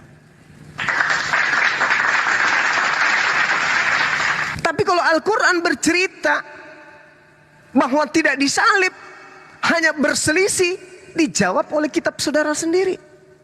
Mereka yang melakukan penyaliban berselisih paham tentang Nabi Isa alaihissalam. Kisah Para Rasul 25 nomor 19. Mereka berselisih paham tentang seseorang yang bernama Yesus. Ada yang mengatakan Yesus mati, sedangkan lainnya mengatakan Yesus hidup. Gimana ini? 600 tahun jaraknya, tapi kok tepat sekali. Berselisih paham. Kitab Anda sendiri yang menjelaskan itu. Tetapi ketika kemudian orang yang mengaku murid Yesus, murid Tuhan, orang yang dibimbing Roh Kudus bercerita, ada tertulis di dalam Taurat bahwa aku mati, Mesias mati, bangkit pada hari ketiga di antara orang mati. Anda cari di dalam kitabnya orang Yahudi, tidak akan pernah secuil pun akan Anda temukan. Itu yang pertama. Kemudian yang kedua, umat Islam ketika datang kemudian pengabaran Nabi Isa alaihissalam yang datang kepada Bani Israel kemudian diselamatkan oleh Allah, diangkat ke langit, kemudian yang dibunuh adalah orang yang diserupakan dengan dirinya. Yang bisa menjawab itu kan sekali lagi saya katakan, yang bisa menjawab itu adalah ahli Taurat, bukan kami umat Islam. Tugas kami adalah memuliakan Yesus, memuliakan Nabi Isa. Di dalam Yohanes 16 nomor 13, apabila ia datang, yaitu ajaran roh kebenaran, maka dia akan memuliakan aku. Wujud dari kemuliaan yang kami berikan kepada Yesus, kepada Nabi Isa alaihissalam, najis tralala, Nabi yang kami imani dibunuh oleh orang-orang kafir. Ingat, Tuhan kami sudah mengatakan, jangan membunuh orang yang tidak bersalah, jangan membunuh orang yang benar, sebab aku Tuhan tidak akan membenarkan orang Romawi, tidak akan membenarkan penyembah-penyembah roh-roh. Bagaimana mungkin orang Romawi dibenarkan? Bagaimana mungkin orang Yunani dibenarkan dengan mengorbankan seorang nabi? Nggak mungkin. Mereka orang-orang kafir, penjajah Bani Israel, kemudian dibenarkan, sehingga muncul sebuah konsep Vatikan adalah kerajaan Tuhan. Dari mana? Dari mana dalilnya? Nabi Tuhan datang sebagai Nabi suci, mengajarkan Torah, mengajarkan hikmat Injil. Beliau adalah anak yang dilahirkan dalam keadaan suci, ditahirkan dia terkemuka di dunia dan di akhirat, menjadi tumbal di atas tiang salib demi dosa-dosa orang Roma dan Yunani. Na'udzubillah summa na'udzubillah. Dan ini PR buat saudara. Kalau Anda mengatakan itu tidak penting, kalau Anda bertanya siapa namanya Paulus, siapa namanya bapaknya, tidak ada hubungannya dengan itu, Bung. Ini kaitannya dengan apa yang Anda pertanyakan dengan Al-Quran. Maka bola apinya ku kembalikan kepada Anda. Anda yang selesaikan. karena Anda mengaku sebagai pengikut mereka. Anda yang harus menyelesaikan siapa seorang yang melepaskan kain lenan lari dalam keadaan telanjang. Anda yang punya PR, bukan saya. Karena saya beriman kepada Nabi Isa yang diselamatkan oleh Allah dari pembunuhan orang-orang kafir. Barakallahu fikum. Jadi ketika kemudian saudara mengatakan bahwasanya Al-Quran tidak bisa memberikan solusi, loh, solusinya sudah sangat jelas. Setiap hari kami memuliakan beliau. Nabi Isa alaihissalam, keselamatan atas beliau Nabi Isa alaihissalam, rahmat kasih sayang Allah atas beliau. Makanya ketika kami menyebut Nabi Isa, tidak lengkap ketika kami tidak melakukan pemberkatan kepada beliau. Nabi Isa alaihissalam, keselamatan atas dirinya. Sementara kalian, Yesus terkutuk di atas tiang salib. Begitu besar kasih Tuhan sehingga dia membunuh anaknya dengan cara terkutuk untuk dosa-dosa kita. Wah, parah ini, parah. Sedangkan kemudian yang datang setelah Yesus adalah sosok yang memuliakan, bukan menistakan, bukan menghujat, bukan mengotok, bukan mencibir, bukan merendahkan, bukan menistakan. Yang datang setelah Nabi Yesus adalah oknum yang memuliakan, dan itu hanya ada di Islam. Nah, sekarang Anda bertanya, oh, di Islam tidak ada solusi. Apanya yang tidak ada solusi? Nabi kami diselamatkan oleh Allah. Ketika kemudian iblis datang, Bung, di dalam Matius 4 nomor 6, iblis berkata kepada Yesus, wahai Yesus, ada tertulis tentang engkau bahwa jika benar engkau itu adalah Mesias, ada tertulis bahwa Tuhan akan mengirim malaikat untuk menatang engkau di tangannya agar kakimu tidak terantuk kepada batu. Iblis mengatakan ada tertulis. Lukas juga mengatakan ada tertulis. Mari kita cross check, mana yang benar, iblis atau Lukas? Dengarkan. Lukas tadi saya sudah menggambarkan. Lukas berkata ada tertulis di dalam Taurat, tapi Lukas ternyata tidak mampu membuktikan beserta dedengkot-dedengkotnya, yaitu Kristen sekte apapun, tidak bisa membuktikan di dalam kitab Taurat ada tertulis Mesias mati dan bangkit pada hari ketiga. Itu Lukas. Sekarang mari kita uji iblis.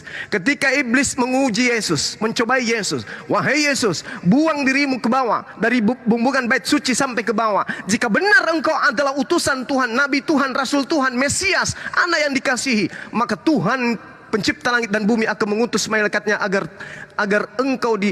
tangannya menatang engkau supaya kakimu tidak terantuk kepada batu. Ternyata setelah kita selidiki, benar-benar ada tertulis di Mazmur 91 bagaimana kemudian Tuhan mengirim malaikat untuk menantang Yesus di tangannya agar Yesus tidak mati. Apa kata Tuhan? Dengan panjang umur aku akan kenyangkan engkau. Bahkan kalau saudara melihat dengan jeli di Mazmur 91 itu, Tuhan kemudian mengatakan, aku akan memperlihatkan kepadamu keselamatan. Engkau akan melihat dengan matamu sendiri, engkau akan menonton orang-orang yang fasik. Siapa yang fasik? Yang disalib. Coba Anda baca di dalam Mazmur 8, 91 nomor 8. Engkau hanya menonton dengan matamu sendiri dan melihat pembalasan terhadap orang fasik. Siapa yang fasik tadi? Amsal 11 nomor 8. Tuhan menyelamatkan orang yang jujur dan menjadikan orang fasik sebagai tebusan, sebagai pengganti. Di dalam Amsal 28 nomor 18, Tuhan menyelamatkan orang yang jujur dan penebusan itu dilakukan kemudian dengan orang yang fasik. Siapa yang fasik? Yudas. Engkau hanya menonton dengan matamu sendiri dan melihat pembalasan terhadap orang yang fasik. Sebab Tuhan adalah tempat perlindunganmu, yang maha tinggi telah kau buat tempat perteduhanmu. Malapetaka tidak akan menimpa engkau wahai Yesus, dan tulah tidak akan mendekati kepada kemahmu wahai Yesus. Sebab malaikat-malaikatnya akan diperintahkan kepadamu untuk menjaga engkau di jalanmu. Mereka akan menatang engkau di atas tangannya supaya kakimu jangan terantuk kepada batu. Singa dan ular tedung tidak akan membunuhmu. Engkau akan melangkahinya. Engkau akan menginjak anak singa dan ular. Apalagi kalau cuma seorang tentara Romawi, singa aja dibunuh oleh Yesus. Yesus itu orang hebat. Makanya dikatakan di data ini, bila engkau wahai anakku berseru kepadaku, aku akan menjawabnya. Aku akan menyertai engkau dalam kesesakan. Aku akan meluputkannya dan memuliakan engkau. Dengan panjang umur aku akan mengenyangkan engkau dan akan kuperlihatkan kepadamu keselamatan daripadaku. Siapa yang mengatakan ada tertulis seperti ini? Iblis. Iblis itu mengetahui rahasia-rahasia langit. Iblis itu mengetahui apa yang datang kepada Nabi Daud. Iblis itu tahu apa yang datang kepada Nabi Musa alaihissalam. Maka Yesus dikatakan oleh iblis, wahai Yesus, kalau kau benar adalah Mesias, buang ke bawah badanmu, karena Tuhan akan mengirim malaikat untuk menatang engkau, karena ada tertulis. Ternyata di Mazmur 91 benar-benar tertulis. Dia diangkat ke langit dengan panjang umur. Al-Quran mengatakan apa? Dia diangkat ke langit. Bal rafa'ahullahu ilahi wa kanallahu azizan hakima. Ini Al-Quran yang mengatakan. Al-Quran yang mengatakan dia diangkat. Mazmur mengatakan dia diangkat. Tetapi yang sebenarnya terjadi adalah Allah telah mengangkat Nabi Isa alaihissalam kepadanya. Dan adalah Allah maha perkasa lagi maha bijaksana. Al-Quran mengangkat, Mazmur mengangkat, Al-Quran menyelamatkan, Mazmur menyelamatkan. Kurang apa lagi?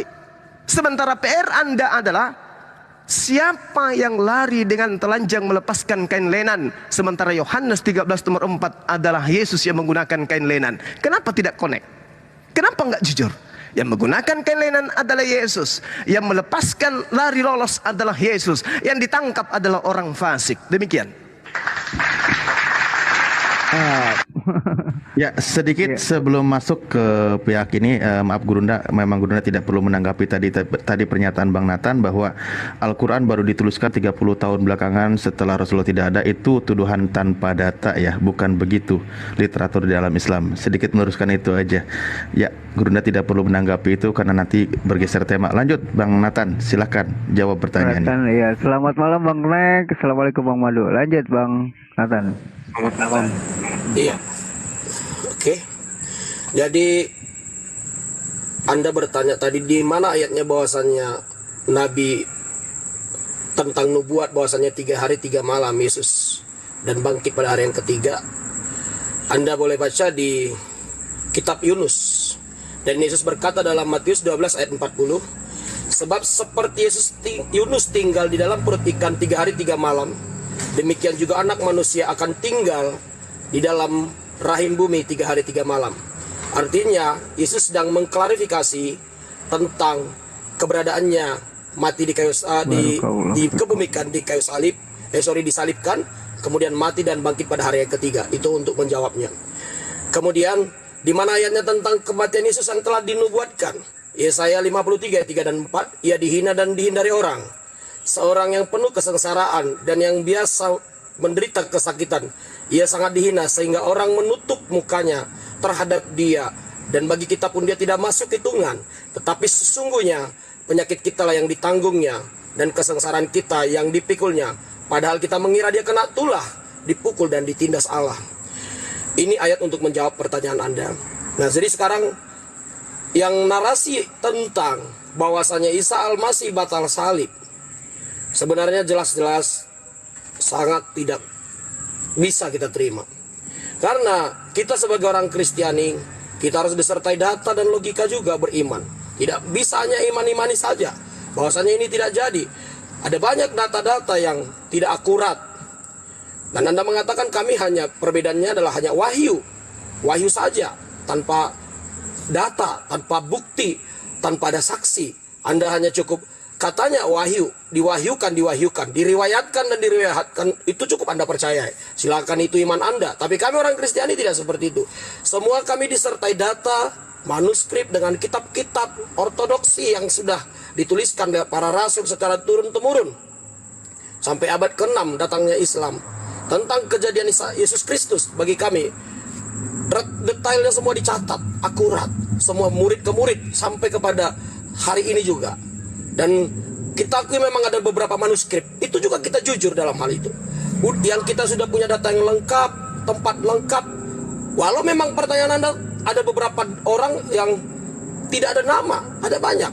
Tidak ada nama, murid Yesus ada banyak, ada 70. Itu ada, nama yang 70 murid Yesus juga ada. 70 murid Yesus. Jadi data-data yang seperti ini sangat dibutuhkan kita dalam beriman, Bang Juma. Anda hanya mendengar informasi bahwasanya bla bla bla seperti ini. Tentang, belum lagi kita bertanya pada nabi-nabi yang sebelumnya, itu dapat data dari mana? Makanya saya katakan tadi, kita nanya ke mana? Nanya ke siapa? Riwayat dari mana? Tanya ke mana? Ke nabi? Nabi sudah tidak ada. Hanya riwayat berarti kan? Nah, kemudian nabi taunya dari mana? Dari Jibril. Jibril taunya dari mana? Dari Allah. Nah, ini terus terang kalau saya sendiri ya, saya sendiri, ini bukan Bang Juma, Anda silakan beriman seperti itu. Dari satu poin ini saja, Anda tadi menjawabnya semua dari Mazmur, dari mana-mana, bahwasanya diselamatkan segala macam, itu sepertinya tidak menjawab. Karena Anda sedang menafsirkan Alkitab, menafsirkan Quran dengan Alkitab kami. Yang sementara teman-teman Islam bilang Alkitab itu justru palsu dan tidak berguna. Tapi kenapa begitu miskin data dan harus mengorek-ngorek dari kami datanya gitu, bro? Nah, jadi itu saya pikir saya tidak perlu panjang lebar seperti Anda mengait-ngaitkan semua tentang itu terlalu panjang. Saya singkat-singkat saja. Nah, saya pikir kemungkinan boleh dilanjutkan atau seperti apa? Baik, dulu Bang. Sudah kita tangkap poinnya. Dijawab dulu dong itu siapa yang pakai kain lenan yang dari telanjang itu? Jawab dulu dong. Penasaran Saya kan sudah jawab tadi. Itu tidak ada datanya, tapi itu murid Yesus pasti. Murid Yesus, tapi bukan dari 12 murid Yesus. Tadi Karena udah banyak dibuka orang sama di situ. Bang Juma, Bang Nathan. Masa nggak terima? Iya. Oke, Ini oke, Bang oke. Juma, cukup. Iya, Oke, Saya kan lalu sudah ya. jawab tadi. Oke. Saya sudah jawab Jadi, tadi kan. saya tidak ada data namanya. Oke, giliran saya, Bang. Tapi Saya jangan juga tidak. Anda menggunakan data itu untuk menjawab kekosongan dalam Quran Anda ya. Saya dengan sopan. Mohon maaf. Bukan Baik. berarti jawaban Quran Anda itu lantas ayat tersebut. Itu sungguh-sungguh. Oke. Nauzubillah min zalik. Oke, Bang Nathan Iya, ya. mohon maaf. Gantian Oke. ya. Oke. Silakan Bang Juma. Al-Quran mengajarkan begini, Bung. Terkait dengan kitab saudara ya. Kenapa kemudian Al-Quran berbicara tentang kitab saudara? Dan kenapa kemudian saya hadir untuk meluruskan kitab saudara? Karena sejatinya reformasi berbicara tentang Orde Baru dan Orde Lama. Gak mungkin kitab Anda berbicara tentang kitab saya. Yang ada kitab saya berbicara tentang kitab saudara. Tidak mungkin reformasi dibahas di Orde Lama. Gak mungkin. Tepuk tangan untuk itu dulu.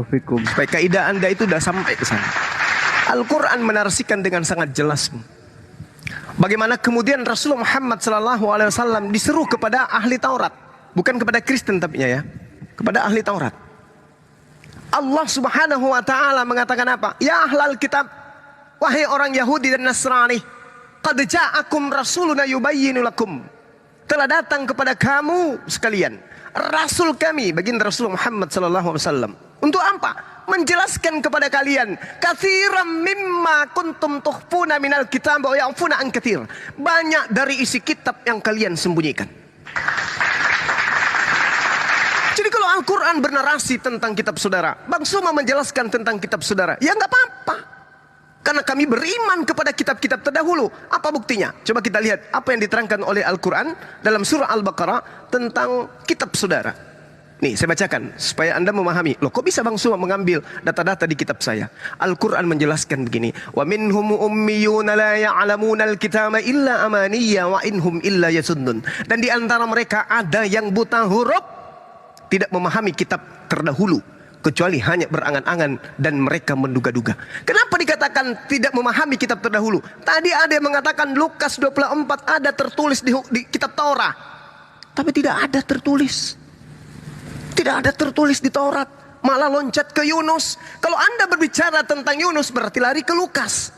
Kalau Anda lari ke Lukas berarti Anda lari kepada Paulus. Karena Lukas itu adalah asisten pribadinya Paulus. 2 Timotius 4 nomor 11. Hanya Lukas yang tinggal dengan aku Paulus. Wahai Lukas, jemputlah Markus dan bawalah Markus kemari karena Markus pelayanannya penting bagiku. Boleh Anda kasih saya data? Yesus memanggil Lukas. Mau sampai 2 jam sebelum kiamat Anda tidak akan pernah bisa menunjukkan itu. Ini Lukas siapa bagi Yesus? Ngeri ini kalau ditanya, siapa Lukas ini bagi Yesus? Dia menarasikan kemudian orang jahat, angkatan jahat ini kemudian menghendaki suatu tanda, tetapi kepada mereka tidak akan diberikan tanda selain tanda Yunus. Bung, Yunus di dalam ikan hidup, Yesus mati. Gak nyambung. Yunus 3 hari, Yesus hanya 1 malam 2 hari, itu pun sepotong. Gak nyambung. Padahal 3 hari 3 malam. Mana buktinya? Hari Jumat jam berapa? Jam 6, jam setengah 7 dia masuk ke dalam kubur. Malam Sabat, berarti malam Sabtu. Malam Sabtu dia masuk. Oke, hari Sabtu hari Minggu subuh, nggak cukup. Kayaknya begini, Lukas ini pitik anak-anak orang Makassar bilang, beleng-beleng Lukas ini mengambil data di kitabnya Yahudi tapi tidak sesuai dengan fakta. Itu satu yang perlu Anda pahami. Kemudian ketika Anda bernarasi tentang Al-Quranul Karim, wow, keren. Saudaraku yang saya cintai dan saya sayangi dan saya harapkan Anda bisa diselamatkan. Saya katakan kepada saudara, kitab kita, kitab Anda adalah kitab yang sejatinya kita percaya diri memegang, menggenggam untuk kita jadikan sebagai sandaran akidah. Saya hanya tidak habis pikir, bagaimana nasibnya Kristen tanpa menggunakan kitabnya agama Yahudi. Kalau hanya menggunakan surah-surah Paulus, kalau hanya menggunakan Lukas, Markus, Matius, Yohanes, ini Kristen menjadi agama apa jadinya? Nyembahnya manusia, tidak ada nabinya satupun. Nggak ada nabi Anda itu, nggak ada. Lukas bukan nabi, Markus bukan nabi, penulis Yohanes bukan nabi, Petrus bukan nabi, Paulus bukan nabi. Lalu agama apa Kristen ini? Agama buntung. Tuhan Anda dari mana? Dari Roma. Siapa? Theos, Zeus, Hercules, Attis, Horus. Untung saja pendahulu-pendahulu Anda sudah dinubuatkan. Ada yang berlaku serigala, merampok, lalu membagi-bagikan hasil rampasannya. Sehingga ada kitabnya agama lain muncul di kitab saudara. Saya tidak bisa bayangkan kalau Kristen tanpa kitabnya agama lain. Itu dua. Yang ketiga, kita masuk ke dalam Al-Quran. Al-Quran Anda mau bercerita apa? Hukum, politik, ekonomi, pendidikan. Apa yang Anda ingin bahas di Al-Quran? Semuanya lengkap. Siapa yang membawa? Rasulullah Muhammad SAW. Dari mana ia dapatkan? Oh, dia melakukan penyelidikan sama seperti Lukas. No. Dia menciplak kitab-kitab yang lain. No. Dia sekolah dulu di sinagoge. No. Oh, dia ke perpustakaan. Tidak. Rasulullah Muhammad SAW seorang diri, Bung. Tidak bersama dengan 12 orang, tidak bersama dengan 70 orang, tidak bersama. Seorang diri menerima Al-Quran. Hebatnya dia, ketika dia menarasikan dari lisannya, Iqra bismi rabbikal ladzi khalaqa. Sedunia menyerukan apa? Jepang, Amerika, Italia, Eropa, Asia, semuanya menyerukan Iqra bismi rabbikal ladzi khalaqa. Rasulullah seorang diri mengqurankan dunia. Oke? Seorang diri. Kemudian apa yang dinarasikan kemudian Rasulullah Muhammad SAW? Khuzu Quran min arba'ah. Wahai umatku, terima Al-Quran ini dari keempat sahabatku, Abdullah bin Mas'ud, Salim, Mu'az bin Jabal, Ubaim bin Ka'ab. Saya pingin, rindu saya membaca dari kitab saudara. Yesus berkata, wahai Kristen, terima Injilku dari Lukas, dari Paulus. Rindu saya rindu ingin mendengarkan itu atau membaca itu dari mulut Yesus. Tapi ternyata nggak ada sama sekali. Kitabnya Kristen ada 14 kitab dari surat Paulus, ditambah 4 kitab kanonin, ditambah lagi 2 kisah para rasul dan seterusnya, Petrus dan seterusnya. Tidak ada satupun dari kitab yang berpuluh kitab itu mendapatkan legitimasi dari Yesus. Kasihan. Yesus tidak mengenal kitab saudara, Bung. Jadi kitab yang mengajarkan Anda menjadi Kristen, menyembah korban yang dipersembahkan orang Roma, yang dipersembahkan orang Parisi, Yahudi, yang diajarkan oleh penyesat, itu adalah kitab yang tidak ada legitimasi dari Yesus. Sedangkan Rasulullah, khairukum man ta'allamal Qur'an. Dari mulutnya Rasulullah bercerita tentang Al-Quran. Terimalah Al-Quran itu. Barang siapa yang lebih mulia di antara kamu adalah mereka yang mempelajari Al-Quran. Disebutkan kitabnya. Yang mulia di antara kalian adalah yang mempelajari Al-Quran. Rasulullah menyatakan itu. Yesus pernah menyebut kitab Lukas. Yesus pernah menyebut surat Roma, Paulus. Pernah. Di dalam kitab yang tertulis Roma, Filipi, Kaliki, Kaluku, Pararang, dan Remaneng, tidak ada pernah Yesus menyatakan itu. Tapi ketika berbicara mengenai Al-Quran, apa yang kemudian Al-Quran Rasulullah SAW sampaikan? Fa iza qara'na fattabi' Qur'ana. Apabila kami telah menyelesaikan membacakan Al-Qur'an, maka ikutilah bacaan Al-Qur'an itu. Isinya 2 menit. Saya jabarkan kepada saudara. Kebenaran ilahi yang termaktub dan tersimpul di dalam sebuah kitab, mustahil terdapat setitik pun kesalahan kalau itu adalah kalam ilahi. Kenapa? Ilahi itu maha benar, ilahi itu maha suci, ilahi itu maha melihat, ilahi itu maha mendengarkan, ilahi itu maha perkasa. Sehingga kemahatauan Allah tidak mungkin kemudian terdapat cacat yang tidak sesuai dengan ilmu pengetahuan. Mari kita uji. Al-Quran menarasikan tentang embrio, Bible menarasikan tentang embrio. Mari kita uji dengan ilmu pengetahuan. Kalau ilmu kedokteran menerangkan bahwa embrio sesuai dengan Al-Quran, berarti Al-Quran berasal dari yang maha mengetahui. Tapi kalau embrio tidak bersesuaian dengan Bible, berarti Bible bukan firman Tuhan. Itu aja dulu, Bung. Itu aja dulu. Orang Yunani adalah orang yang memahami ilmu kedokteran. Orang Roma terkenal dengan kaidah-kaidah peradaban mereka, dengan ilmu kedokteran. Lukas Anda susun menumpuk dengan Markus, Yohanes, Matius, Petrus, dan seterusnya. Tumpuk mereka. Bandingkan catatan-catatannya dengan Al-Quranul Karim. Kita membahas tentang embrio aja dulu. Isi perut, isi rahim. Kalau yang mengajarkan ini adalah pencipta langit dan bumi, berarti dia maha tahu.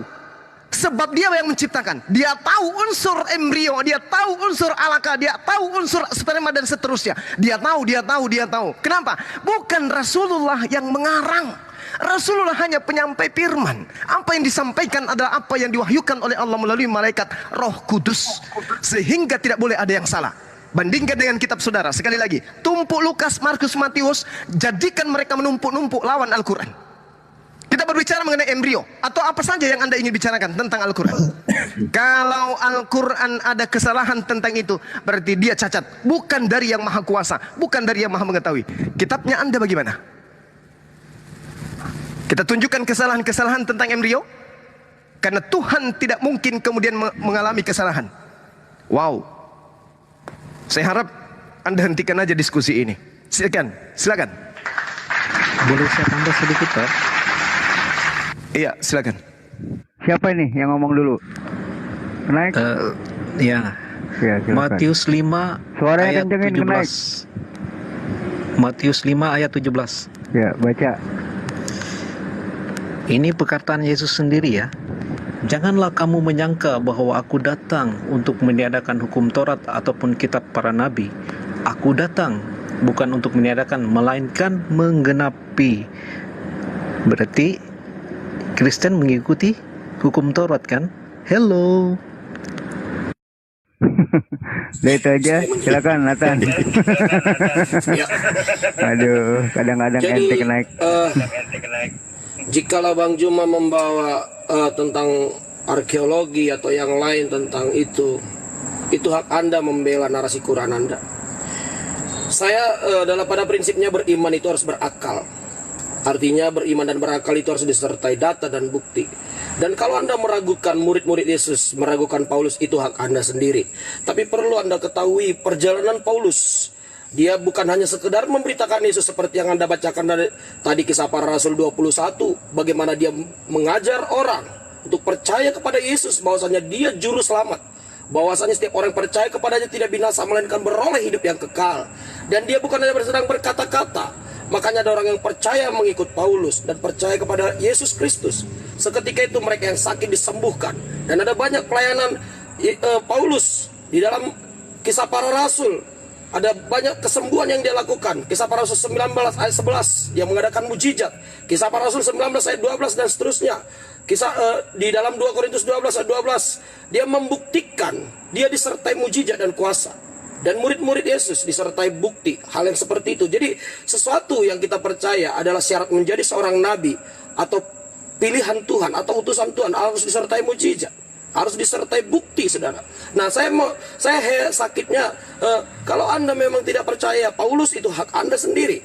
Tapi yang jelas Paulus sebagai rasul Yesus Kristus, dia melakukan mujizat. Bahkan Yohanes juga, murid-murid Yesus yang lain, mereka mendapat wahyu tentang, di dalam Wahyu 16 ayat 12 dikatakan tentang Gog dan Magog, tentang kejadian di Israel yang sekarang sudah diceritakan di dalam wahyu tersebut, tentang Gog dan Magog, tentang akhir zaman. Kita semua nubuatan dan para wahyu yang kita terima dari Tuhan lewat para rasulnya itu luar biasa, dan disertai bukti-bukti dan disertai tanda-tanda ajaib dan mujizat. Dan kami tidak berbicara atas dasar perkataan saja, kami tidak beriman atas dasar ayat-ayat hafalan saja. Kami beriman bukan iman kosong, kami beriman disertai data, dan disertai kami bisa merasakan Tuhan saat kami berdoa, dan kami bisa merasakan kuasa si jahat hancur seketika. Dan ini nggak main-main ya. Kami bukan hanya sekedar beriman, hanya mempercayai logika. Kami butuh logika, yes, tapi kami disertai iman yang disertai tanda-tanda mujizat. Nah, kalau Anda bertanya kepada saya, Anda rindu mendengar hal itu. Dan saat ini mau saya sampaikan kepada Anda, ketika Anda percaya kepada Yesus, hidupmu pasti dirubah Tuhan, pasti berbeda. Ketika Anda siapapun di rumah ini, ketika Anda percaya Yesus, hidupmu pasti berubah. Roh jahat dalam dirimu di sekitar rumahmu akan hancur semua. Dan itu bisa dibuktikan, bukan hanya sekedar perkataan. Nah, itu luar biasanya ketika kita mempercayai Yesus Kristus. Dan itulah yang dilakukan Rasul Paulus. Ketika dia seorang rabi Yahudi, dengan berani meninggalkan kerasulannya itu, kerabiannya, dan dia memilih mengikut Yesus. Dan kami berbicara atas bukti yang bisa kami rasakan bertuhan. Kita sebagai orang yang bertuhan harus bisa merasakan Tuhan dalam hidup kita. Kita tidak boleh hanya beriman kosong, hanya lewat seperti tahyul gitu. Tahyul-tahyul nenek-nenek moyang saya juga ada. Dia tahu obat sakit perut, jambu, dia bilang. Dia tahu juga tentang cuaca, kalau mau trik panas jam sekian, dia tahu. Tahyul-tahyul itu namanya. Dalam Kolose dikatakan jangan percaya tahyul-tahyul nenek moyang. Tahyul-tahyul, banyak orang-orang tua yang jago tahayul. Tapi keimanan kita kepada Yesus Kristus adalah keimanan yang disertai bukti dan bisa kita rasakan kehadiran Tuhan, kehadiran Yesus saat kita percaya dan saat kita berdoa. Itu yang luar biasa. Begitu Bang Juma. Kalau Anda, sebenarnya saya tidak tertarik dengan gaya berkhotbah, tapi kalau memang Anda menggunakan gaya itu juga, saya juga bisa Bang Juma. Nah, jadi itu luar biasanya Bang Juma, iman kepada Yesus Kristus. Makanya kami, Yesus berkata setiap lutut akan berlutut di kaki Yesus. Kelak dia akan datang menjadi hakim yang adil, jadi Tuhan dan Raja. Dan siapapun di rumah ini akan melihat itu nanti. Anda boleh nggak percaya, silahkan Anda nggak percaya. Tapi yang jelas Yesus adalah yang diutus oleh Bapa, yang adalah dari dirinya sendiri keluar. Dia bukan dari badan yang lain, dari oknum lain. Yesus adalah Sang Firman yang berasal dari dirinya. Roh Kudus juga ada di perjanjian lama. Para nabi kenal dengan Roh Kudus. Walau bangsa Israel, walau Yahudi tidak terima dengan Roh Kudus itu adalah Allah yang berbeda atau Allah gitu. Tidak, mereka tidak sampai tafsir ke sana. Tapi tentang Roh Kudus ada dicatat dalam perjanjian lama. Tapi tentang Yesus juga ada dicatat dalam perjanjian lama. Kisah para nabi, bahwasannya Yesus Kristus pernah menampakkan diri lewat teofani yang dulu dikenal dengan Elohim. Begitu Bang Juma. Oke, terima kasih. Saya kira mungkin Saya boleh mau nambah topik yang sedikit lain lagi. atau di lain kesempatan kita bertemu lagi. Saya mau nambah kisah para rasul 19 ya, ayat 15 tentang Paulus ini ya. Tetapi roh jahat itu menjawab, Yesus aku kenal dan Paulus aku ketahui, tetapi kamu siapa? Ya. Sudah? Ya, lanjut. Oke. Lanjut Guru Anda. Apakah Anda ingin lanjut atau gimana? Kalau Anda masih mau lanjut, saya tanggapi yang tadi. Saudara Nathan, mana tahu Anda mau istirahat. Karena saya mau istirahat aja, silakan yang lain aja. Oke. Saya pikir Baik. udah hampir mendapat titik temunya. Terima kasih, Kalau Bang. tidak sempurna juga ya kan. Iya. Milik kita masing-masing. Ya. Oke. Jadi sembari saudara istirahat, silakan saudara saya turun. Mana tahu Anda tidak kuat mendengarkan penjelasan saya ini. Anda tadi bernarasi dengan 3 kata, beriman dan berakal. Wow, keren. Beriman dan berakal. Tadi di awal kita bercerita nih tentang perintah Tuhan di Amsal 6. Jangan ada 6 perkara yang dibenci oleh Tuhan. Tangan yang membunuh orang yang tidak bersalah. Apakah Anda berakal? Kalau Anda berakal berarti pembunuhan terhadap Yesus adalah hal yang dibenci. Kalau hal yang dibenci oleh Tuhan tidak mungkin menjadi solusi keselamatan. Itu yang pertama. Kemudian Anda mengatakan bahwa Paulus itu bermujizat. Sangat disayangkan. Yesus mengatakan di dalam Matius 24 nomor 24 sampai nomor 25. Sebab pengajar-pengajar palsu, nabi-nabi palsu akan muncul dan mereka akan mengadakan tanda-tanda yang sangat dahsyat dan mukjizat-mukjizat sehingga sekiranya mungkin mereka akan menyesatkan orang-orang pilihan juga. Camkanlah. Ini kata Yesus meneguhkan kemudian pernyataannya kepada murid-muridnya Bani Israel, bukan kepada Roma, apalagi Kristen Indonesia. Yesus mengatakan kepada orang Yahudi, camkanlah, aku sudah mengatakannya terlebih dahulu kepadamu.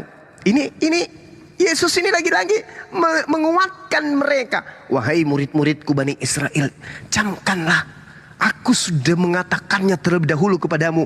Akan muncul nabi-nabi palsu yang akan mengadakan tanda-tanda mukjizat. Anda sudah bangga dengan mukjizatnya Paulus. Terpenuhi. Yang tadi saya katakan menyeberangi lautan, menjelajahi daratan, terpenuhi semuanya. Lagi-lagi Anda membawa tentang mukjizat-mukjizat Paulus. Semuanya terpenuhi. Jadi tidak ada yang tidak terpenuhi kemudian. Sedangkan yang melakukan mukjizat saja kata Yesus, endingnya ada di Matius 7. Bukan setiap orang yang berseru kepada aku Tuhan, Tuhan, mar, kurios akan masuk ke dalam kerajaan surga. Melainkan dia yang melakukan kehendak Bapakku yang di surga. Ini kalau saya tanya kepada saudara, bahaya ini. Atas kehendak siapa Anda mempertuhankan Yesus? Bahaya. Bahaya. Atas kehendak siapa Anda kemudian ibadah hari Minggu? Bahaya. Atas kehendak siapa Anda merayakan Natal 25 Desember? Bahaya. Atas kehendak siapa Anda mengatakan 3 pribadi Tuhan dalam satu hakikat? Bahaya. Atas kehendak siapa Anda mengatakan hukum Taurat itu adalah sengat maut, sampah, tidak berlaku lagi? Bahaya. Semua yang Anda lakukan itu bukan kehendak Bapa, bukan kehendak Tuhan. Pada hari terakhir nanti orang-orang akan berseru kepadaku, Tuhan, Tuhan, bukankah kami bernubuat demi namamu, mengusir setan demi namamu, mengadakan mujizat demi namamu? Ini siapa ini? Hindu, Buddha, Islam atau Kristen? Kristen. Maka apa kata Yesus? Enyahlah daripadaku kalian semua pembuat kejahatan. Ya yes, lawang pembunuhan kepada dia, pembunuhan kepada Yudas dianggap sebagai jurus keselamatan. Nah inilah yang Al-Quran katakan, Bung. Saya harus membawa Al-Quran karena ini adalah sesi terakhir. Wa kanal kafiru ala rabbihi zahira. Orang-orang kafir ini adalah penolong setan untuk berbuat durhaka kepada Tuhan pencipta langit dan bumi. Surah Fatir juga mengatakan, inna syaitana lakum adu fattakhizu aduwah innama yad'u hisbah liyakunu min ashabis sa'ir. Sungguh setan itu musuh nyata bagimu. Maka perlakukanlah setan itu sebagai musuh, jangan sebagai teman, jangan sebagai penolong yang kemudian menolong diri Anda supaya Tuhan Anda disalibkan. Jangan. Karena sesungguhnya setan itu hanya mengajak golongannya agar mereka bersama-sama menjadi penghuni neraka yang menyala-nyala. Ini kalau Kristen agama benar, penyaliban adalah benar, maka setan tidak masuk mengambil andil di dalam penyaliban. Faktanya, dengan Yesus disalibkan, hal yang dibenci oleh Tuhan dilakukan. Siapa yang tepuk tangan? Iblis. Tuhan mengatakan jangan saksi dusta. Mahkamah agama, kemudian ahli Taurat, orang-orang Farisi, orang Yahudi melakukan kesaksian dusta agar Yesus bisa dibunuh. Di mana tertulis? Matius 26 nomor 59. Tergenapi. Al-Quran mengatakan inna syaitan lakum aduwwun fattakhizuhu aduwwa innama yad'u hisbah liyakunu min ashabis sa'ir. Sungguh setan itu musuh nyata bagimu, maka perlakukanlah ia sebagai musuh, karena sesungguhnya setan itu hanya mengajak golongan agar mereka menjadi penghuni neraka yang menyala-nyala. 1 menit terakhir. Kalau orang Kristen ini adalah orang yang jujur, apa yang Kristen harus ucapkan kepada iblis yang merasuki Yudas? Apa yang Kristen harus ucapkan kepada iblis yang mengkhianat, yang merasuki Yudas? Apa yang Kristen harus ucapkan? Apa yang harus Kristen ucapkan kepada mahkamah-mahkamah agama yang melakukan kesaksian palsu agar supaya Yesus itu disalibkan? Apa yang Kristen ucapkan kepada iblis yang merasuki Kayafas, sehingga Kayafas kemudian bernubuat bahwa Yesus harus dipersembahkan seorang diri demi menyelamatkan bangsa Bani Israel. Apa yang Kristen harus ucapkan kepada iblis yang Yesus katakan dalam Yohanes 6 nomor 70, aku yang memilih engkau yang 12 orang ini, tapi satu di antaramu adalah iblis. Apa yang harus Kristen ucapkan kepada Yudas yang kerasukan iblis, yang bahkan Yesus sebut sebagai iblis itu sendiri? Yang bisa menjawabnya adalah saudara Kristen saya. Demikian saya kira selesai materi kita pada malam hari ini. Kiranya ada kata yang kurang berkenan dari saya, mohon maaf yang sebesar-besarnya. Ketika ada kebenaran yang saya sampaikan, itu semua datangnya dari Allah Subhanahu wa taala. La ikraha fiddin. Tugas saya hanya menguatkan iman saya sebagai muslim, dan kalau itu dianggap sebagai kebenaran, silakan dipetik kebenarannya. Jika ada yang salah, cukup disimpan di dalam hati, nggak usah di-share, nggak usah diberikan kepada yang lain atau dipamerkan kesalahannya Bang Suma. Saya kira demikian saudara-saudara Kristenku, terima kasih Anda berdiskusi dengan baik. Saudara-saudara yang ada di Komal ini, Masya Allah antum luar biasa. Kepada ketua saya, ketua AMPI, adinda saya, dan semuanya ya, saya tidak bisa sebutkan satu-satu, Laskar AMPI utamanya, dan juga netizen yang ada di Zulkifli Mabas, Handy Selebes, dan channel-channel yang berafiliasi dengan ini, Alif Channel. Terima kasih atas kebersamaan Anda semuanya. Subhanakallahumma bihamdi, asyhadu an la ilaha illa anta, astaghfiruka wa atubu ilaik. Salam tauhid, salam satu Tuhan, jayalah Islamku, jayalah Indonesiaku. Allahu Akbar. Assalamualaikum warahmatullahi wabarakatuh. Waalaikumsalam warahmatullahi wabarakatuh. Barakallah Gurunda, sehat selalu. Sehat selalu ya Allah. Masya Allah. Udah lepas Luar kangennya biasa. nih. Tuh dulu dong, jangan rame-rame dulu. Kita juga boleh berkomentar dong yang mendengarkan tadi. Iya. Dan gitu. Iya, ucapan selamat dulu. Habis itu tafadhol. Iya. Jadi kita sebagai penonton setia yang tidak luput kata per kata, kalimat per kalimat, dan maknanya tadi adalah diskusi antara guru dan murid. Murid berusaha mengajari guru, itu satu yang saya tangkap ya. Yang kedua, pertanyaan untuk menguji muridnya udah berilmu atau tidak. Menurut informasi yang kami dengar, pengamatan di sini, murid ngeyel gitu, seakan-akan pintar dari guru. Sederhana pertanyaannya tadi. Di sisi lain, murid ini mengatakan bahwa Al-Quran itu indikasinya kurang baik karena tidak menyebutkan nama siapa mengganti Nabi Isa alaihissalam di salib. Itu yang dikejar terus, buat narasi 6 kali bolak-balik.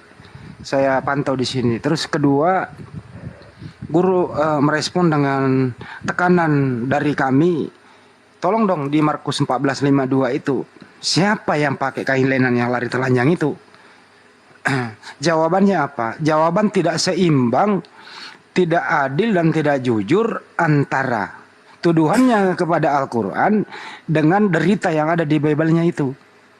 Mestinya kalau orang jujur, orang berakal, mestinya dia nggak kejar di sana. Karena dia maklumi juga nanti kalau dikejar, nanti traumatik seumur hidup. Yang itu tadi, siapa yang memakai kain lenang lari telanjang? Jawabannya adalah ya pasti murid Yesus, tidak disebutkan namanya.